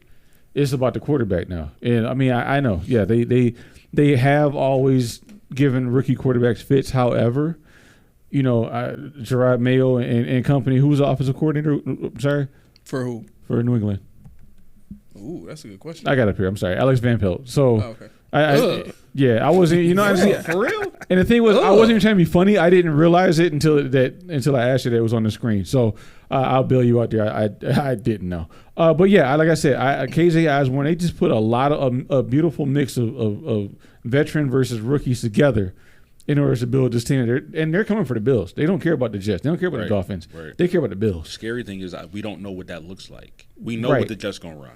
And I'm not cocky enough to say we already know how the Jets gonna run. We already know what Miami gonna do. We have no idea what the Patriots are gonna pull out. I'm not cocky enough to say, oh yeah, I can't do it yet. Right. Yeah. Where are we going? Oh, we have to get to. No, we covered that already. All right, where are we at now? What else we got? Mac has some things. I know he's got to get ready. Just one. Did y'all hear that I'm rooting for this undrafted free agent that we about to sign? Who? Keaton Bills. I tweeted about this guy. If this man makes the team, I swear to God, I'm buying all three of his jerseys. The billsiest thing ever. I'm buying all three of his jerseys if he make the cut. What? Because his name is Bills? Yes. It's going to say Bills on the back and front? You're going to have a Bills jersey with Bills on the back. Like, I don't think this is ever happened in the NFL where a player has the same name as the team. Because think about it. You ain't gonna have nobody named Eagles, Does Brown count? named Browns. I mean, Dolphins, Dolphins, Giants, like Giants. Titans. Like That's there's no other true. name where you're gonna have like plural. His literally plural. the actual team Bills. name, that's yeah. his last name. Yeah. If my man Keaton Bills. make the Bills, I'm buying all of his jerseys, man. And you're gonna wear them on this show Oh yeah. every time. Oh yeah. We gotta wear. And they can't be like, oh, those are Bills jerseys. No, they're Keaton Bills. Like, jerseys. no, they are Bills jerseys. I got the Bills jersey. All right, I'm feeling a fire in my gut right now. I'm gonna put this out. I told you stop eating Taco Bell. ETS, fit. don't do it no more. You're getting too old. Keep Getting your too old too. old. Look at you. Well, You're 40. that's more of a fire in my intestines. So I'm willing to put some wings on the Jets. You said wings? What kind of wings? I'm Okay. willing to put some wings on the Parmesan Jets. wings. Being the second best in the division. No, don't think about it too long because I want to know what this is going to take. I want some wings. Don't think about it too long. Yeah, I think the Jets are going to win the division. Okay, wait. Win the division? I think they're going to win the division. I'm doing barbecue chicken wings. Barbecue chicken wings, not barbecue wings. Barbecue chicken from the place called Barbecue Chicken Wings. I want that. Think so? I will put wings on the Jets. Do not win the. How many we division. talking? To not win the division? Yeah. Oh yeah, they not. To not win the Like I division. said, Wait, who else did they I play? think they might make the Y'all wild heard it. He card. said it. But they not beating us twice. They happening. They played He said it. They played Titans away, Cardinals away, Niners away, Steelers away, Vikings away. Oh man. And then they got to play. I really don't think the Patriots are going to be that good this year, though. I think the Patriots are going to be good next year. I think the rookies got to learn. The rookies got to learn. And we still have yet to see how good of a head coach Jerome Mayo can be. I mean, what about Josh? I mean, he ain't have to learn. He just came straight in the game and just bought out. But the bet is, if the Jets win the division, I Jets- get barbecue chicken wings. Okay. If I win, Yep. I have to both take of this y'all man to gotta buy Salvatore's. wings for me. Bet. I got to make you a I'm If steak y'all too. I'm win, down. I'll buy y'all wings. I will down. make you a steak Okay. on top of your wings. I'm down. All right. Because I always told you I would, and I never did. I got you. Ribeye, Free wings for sure. No, it ain't, Steve. Stop. right? That's ain't. why I jumped on it, Steve. You heard how fast I jumped on it. That's a no-brainer. T-Jab says Malachi Yak King Corley and Braylon Allen they will improve the Jets offense significantly. Aaron Rodgers will be this season's MVP. That's cool. They still won't win the Bro, division. he just came off an injury. I am he's eating gonna my wings. Come back and like, I'm here. I'm gonna have wing dust on my face when I do that. He got episode hurt. after this. Please let's keep this in mind. And I get he hasn't played like in live NFL bullets since week 1, but he's been on the mend since he got surgery in what, week 3, week 4, September. somewhere around there. But it was still within the first 4 weeks of the season. So since week 4, the man is, and I'm saying week 4 at the latest. Since week 4 at the latest, the man's been healing. So by the time training camp comes around, like he gonna be able to run. He should be able to run and do everything that he normally does. He's not like, that's the thing. Aaron Rodgers evolved his game way earlier than most mobile quarterbacks do. The type of thrower he is, on top of that, he's not a stand and plant his feet kind of guy. He throws kind of like hopping as it is, right? So what does that do for a quarterback? Well, it stops the quarterback from sustaining, or I should say, it lowers the percentage of possibility of sustaining a lower leg injury or a leg injury in general when you throw the ball and somebody, comes in low and takes you down, right? Because you're already loose, you're already limber at that point, and you just kind of go down. Now, the point of me saying all this is the way that he plays the game, he's not going to need to do too much to win with that team. I don't want to beat a dead horse and go over it again. Obviously, y'all disagree. I can't see how it's so definitive for everybody that the Jets are going to suck. Like, I didn't say they suck. I just don't think they're going to win the it. division. Yeah, they definitely. Like I said, I think they might make the wild card. well, I mean, but- Rich is saying they're ass. Like, Well, Rich didn't bet the wings. I bet the wings. Okay, all right. like I said, they're probably gonna make the wild card, but that's it. Okay. I got 2 more things before I see you wrapping up. I got 2 more things before you wrap up at least. One, what are your thoughts on Greg Russo's 5th-year option? Why would they sign a 5th-year option for Greg Russo? It's probably a prove it year. He's gonna have to prove that next contract. So that's the thing. You don't think he did enough? That's what I'm getting at. Wait, you don't for think he who? did enough? Now? Russo. Oh, You don't think he's done enough to get another contract with the Bills? Sadly, I'm iffy. And this Yeah, is the caveat, because I know where you are. I'm iffy. This is the caveat. What puts you over the edge to the if? Is it that the diminished sack numbers? What is it? What is it about him that you don't like? For me, I feel like his production never got there. Like, it was going up, but it never peaked out. Well, what are you looking at for him though? I think that's what I'm getting at, because I know a lot of people are going to say, well, the Bills, he didn't get that 10 sacks either. He didn't get this. He didn't get that. No, I'm not looking at how many sacks he can get. I'm thinking how he can impact the game, like game wrecker. Like, I don't need you to get 10 sacks, but I need you to be a force in that position. Like, to me, I'll even say I don't even think that Ebenezer earned the contract. really? At $7 million? No. What? Well, no, not the price of the contract. A second contract with the Bills. I think the reason why You he's don't back think here he is because he earned got a second $7 million. contract with the Bills after last year? I think Mills right. I think that's where I am with it. He didn't earn the contract they thought he was going to get. He earned a contract that he got with the Bills, but we didn't think that he was going. We thought he was going to price himself out of the Bills' realm. Oh, okay. I think that's okay, where you are. Okay. And I think for me, when it comes to Rousseau, he did enough to get that contract. He did enough for me to say, "Oh, this is my left tackle or left defensive end." Yeah. But if you're looking at the guy to be that rush guy, that passer, especially like they said he was going to be, Right. And that's why I freaked out when they drafted him, because I knew Buffalo had Shaq Lawson. Sean McDermott got rid of Shaq Lawson, and then he went and drafted Shaq Lawson the same year he got rid of Shaq Lawson and Epinesa. He didn't like what Vanessa did when Shaq Lawson formed, so he went and got another Shaq Lawson and Greg Rousseau. And doubled down with Boogie Basham, got a Shaq Lawson. You see the trend here? After he did all that, he got Shaq Lawson back 2 more years. So my thing is, they don't put the emphasis on the pass rush. They don't put an emphasis on that sack number that people, when they hear 13 to 16 million for Rousseau, are putting on it. They're like, well, we like him, but see, for me, he's a run stuffer. Yep. He'll get you 6 to 8 sacks a season. I don't think he's ever going to get 10. He might, so don't come back and at me if he does, but I don't think he ever will. But I think he has the value that it takes when you have a Javon Solomon or Von Miller, somebody in that ilk across the line from him. So I think he did deserve it, but I more so am like, what do they need to see from this guy? That's what I'm getting at. What do they need to see from this guy? Does he have a high pressure rate or something like that? Like, might that be part of the? No, it's not super high. It's about average. Okay, I mean, a little above average. I was thinking like maybe they just think he gets pressure on the quarterback, and that might be the bigger part of his game as opposed to getting sacks. Yeah, no, it's above average. And like I said, for me, it's just a fact. I think if I was the Bills, I'd be trying to play ball for a longer contract than that 5th year option. I'd be like, okay, let's do this thing. What are you looking at? Now, are you looking at 20 million? Because you're not 20 million.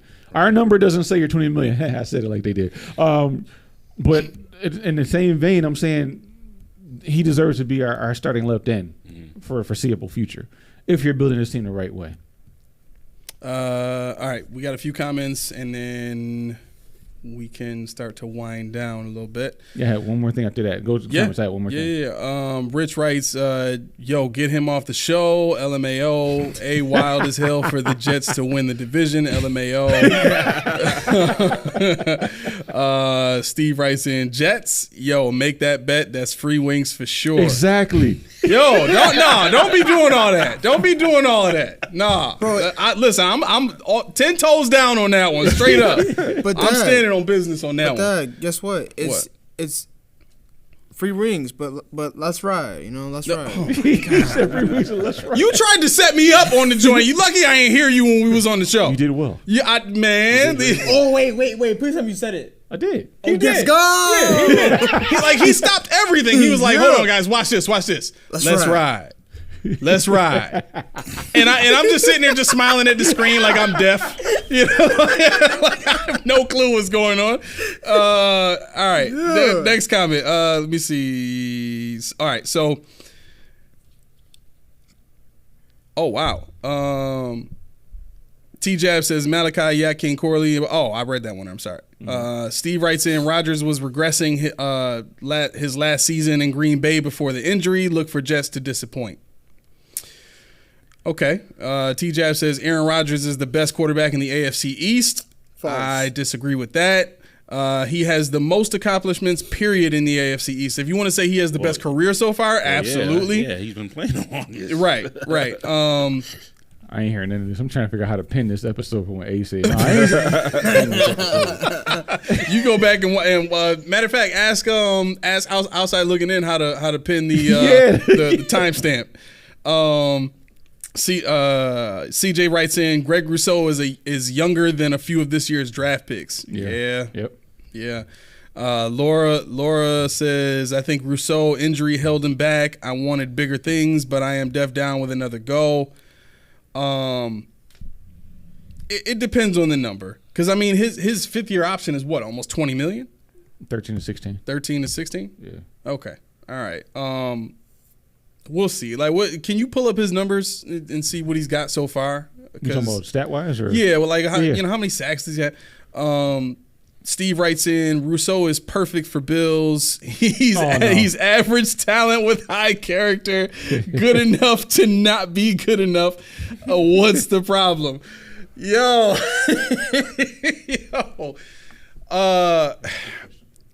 Is that might that be just about every player on the team not named Josh Allen right now? Mm-hmm.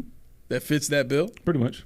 Good enough to be just not good enough. Or did I say that right? Good Maybe. Be good enough. Yeah, to not be good enough. Right. No, Mel, I saw you close them laps. I say Josh, Kincaid, and Cook fit that because to me they're above average. Yeah, I would say I Those agree. three. There's a Those couple. three. There's a couple. Yeah. What about Terrell Bernard? He's up and coming. I want to see the solid. I want to see a solid season with him starting like solid with Milano back to see how that goes. Okay. And quickly, Rousseau career. Are you looking for career or? Career numbers. How many sacks? Career numbers: 95 tackles. Let's see. He had 20 sacks in 3 years. He's had. Look for tackles for loss. Missed. I ain't going nowhere. It's time missed to go. tackle People, percentage arms of going 12%. I know, right? I ain't gonna go to work today. But yeah, no, I think people see that 20 sack in 3 years. That's what was about 6 a season, 6 and some change. Yeah. They're like, that's not good enough. Yeah. But I think, like I said, I think if you're looking at pressures and things like that, I can look that up in a moment. But I did have a question I want to get you out of here. But Sure. Who was your favorite pick in the draft? Oh, mine's easy. Mine's easy. Coleman? It's a mix between Coleman and Solomon. Okay. You know, Solomon was my boy from day one. I wanted him bad. Okay. That edge rusher, Mm-hmm. right? Definitely one edge rusher. But I kind of like Coleman too. So my two favorites, I can't pick just one of them. So I got Coleman and Solomon. Those are my two favorite picks. Cap out. No. You can't make me decide. No, I think for me, honestly, my favorite pick in this draft, Van Pran. Really? Van Pran This was my center favorite. bad. Y'all hyping the center up, man. I got to see him in action. Hey, listen. My favorite player in the draft. I'm just excited that they're investing in the offensive line, period. Yeah. Like, this is the most they've invested in the offensive line. You did say before the draft, like, I know they serious when they invest in the offensive line. Because if not invest in the offensive line, get out of here. Right. Now you serious about protecting Josh, about getting the run game going. Like, not now. Now I see it, right? Mm-hmm. Rich writes in, why y'all be hating on Taron Johnson, LOL, like isn't he like he isn't the best he isn't the best nickel corner. Oh, who's hating on him? I think we just forgot. I was just going off you guys. offensive I wasn't in on that. I was looking at offensive weapons. My bad. I didn't well, no, I think he's saying because I mentioned Terrell Bernard, like asking is he okay. But yeah, I didn't even think about Taron Johnson. That's a good point. Taron Johnson is up there in my opinion. I think he's one of the best nickel corners in the league. Absolutely. Absolutely. T-Jab writes in, Aaron Rodgers is a 4-time NFL most valuable player, a Super Bowl champion, and one of the NFL's all-time elite quarterbacks. True. There's no debating that. But he's also 40, going to a brand new team that he's never played before, coming off an injury, and again, he's kind of new to the team. Well, I mean, can we say that he's been through a training camp with him? But he never played a season with him. That's important. So you don't know, like, Yeah, 'cause he is. how do you guys feel when you lose? How do you guys feel when you up? Play? when you Did he win? play in preseason? Yeah, he did. But he got hurt. played one preseason? game? He played Aaron one game in Rodgers did preseason. Yeah. Oh, okay. He played one game to Yeah. knock off the rust. Right. And then the All first right. game regular season, he got hurt. It could be trash, but that's why we bet wings. We make it interesting. Right. All right. Like, yo, y'all soft, I might double down that he get hurt during the season. Oh my gosh! Wait, no, that don't count. That don't count. No, okay. Look, caveat, like sidebar. If Rodgers gets hurt, the bet is off.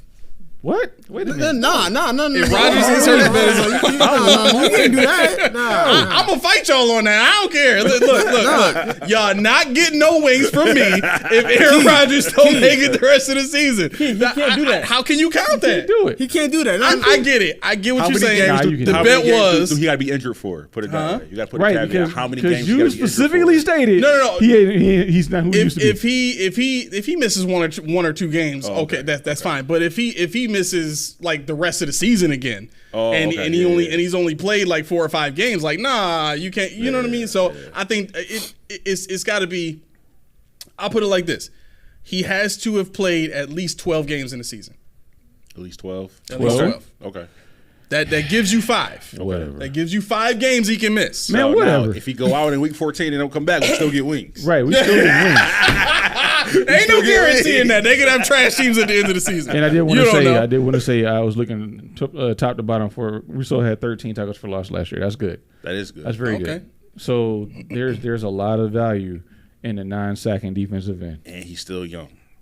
He's still very young. He's still young. Yeah. All right. Well, I mean, shoot. Depending on the number, re-sign him. Yeah. You know, after next year, obviously. But He definitely should get more than Epinesa gets, I think. oh yeah, I agree with that. And he's stayed healthy. He's been way more consistent. With stat wise.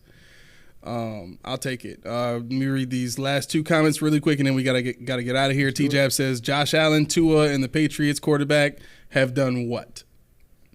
I don't think it's a debate about what. And the Patriots, there's not even one guy you can say. You can't compare Aaron Rodgers. He's been playing for the last 15 years? Like, Yeah. Well, 20 this simplifies the whole thing. When people are talking about the top 3 quarterbacks in the league, does anybody mention Aaron Rodgers right now? No. They mention Mahomes, Allen and whoever Burrow, else. Jackson, Joe and Burrow, Jackson, yeah, whatever. right. Well, I will And give him CJ credit. Stroud is now But I coming. will give him credit. Yes, he is a first ballot Hall of Famer. Easily. He's a GOAT with Brady. Like, he's that guy. But this is 2024. He's no longer that guy. You know what I'm saying? Yeah. Not to It's say the that name. You're saying it's the not name. to say that he can't. Yeah, exactly. Right. It's the name, Aaron Rodgers. Yep. I fall for that. And then Steve writes in, no real, because Rich, I'm not reading your comment, okay? I got to look at it Now read it. now. I got to look at it now. Steve, Keith, read it. no, he just, I'm not reading it. Steve says, no real contender talks about their elite linebacker and come on, man. We just talking. He says, no real contender talks about their elite linebacker and slot cornerback and even sniffs a Super Bowl in 2025. True. Jeez. He said, there's a reason the lowest paid positions are the ones where the Bills have the best talent. Wake up, fans. Hey, true. It's undeniable. It hurts to hear, but it's true. Yeah. I mean, who else cares about Deion Dawkins and who's the center? Who's the center, though? I just went on a rant about a 3rd-round defensive tackle. Who cares? He's right. Wide receivers, quarterbacks, running backs, tight ends, cornerbacks, safeties. Who do you have? Who's your pass rusher? Right. We ain't talked about none of that nonsense this whole show. Right. We talked about the nuts and bolts. So, Steve, kudos, my man. You're right. Oh, you my won. gosh. Steve is our salt water, man. You thought it was going to be you, but no. He keeps us clean and honest, man. Right about that. All right. We got to get out of here. So let's get to the funniest segment of the show. This is 90 Seconds to Fame. 90 seconds of failure. Go ahead. You know what? Don't make me put some wings on this now. No. You're like, good night. No, Right, exactly. As soon as I did. All right, see y'all later. Click. That's it. Give me my wings. All right, here we go. Is this even playing? Oh, you got the sound off. Oh my gosh, Keyshawn, you killing me. Yes. You got the sound off. I remember doing that. 40. 40 hit you already. All right, here we go. All right. If you're hearing that music, that means it's time to get out of here. We have had a great time today. Thank you to everybody who's joined the show. We love doing these comments. We love spending this time with y'all. To everybody that's been new to the show today, Laura, I haven't seen you here before, but maybe you haven't commented before.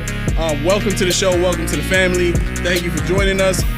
For everybody else that hasn't already, please hit that like button, subscribe, and hit that bell. Make that thing Ring-a-ling-a-ling. so that you can get the notifications when we put out the notifications, so that we can get you notifications on what's really going on with the Buffalo Bills. Okay? Listen, we got shorts coming up. I finally got the fellas to commit to it on the show. I'm putting out my own timestamps on that too, so they're gonna hold me to the Jets thing. I'm gonna hold them to the shorts thing. I love it because it's just more content for y'all to enjoy and consume. With that being said, thank you Outside Looking In. It says great show. With that being said, my oldest son Junior, our producer, right? Y'all like all the bouncing back and forth and all that kind of stuff? That is the man that makes it happen while we're here live on the show. So applause to him. Thank you very much for doing a great job. He has his own podcast. Basketball Truth and Knowledge. He shoots on Saturdays mostly. Sometimes he does a Wednesday show too, but it's at 6:10. I think he goes on Saturdays. So, with that being said, it's been the Post Podium Podcast, home of the All Truth, No Sodium Takes. I've been your co-host, Aramis. Melly Mac. And this is Key. And I did it Outside Looking In your face. 40 Key. We out. Peace.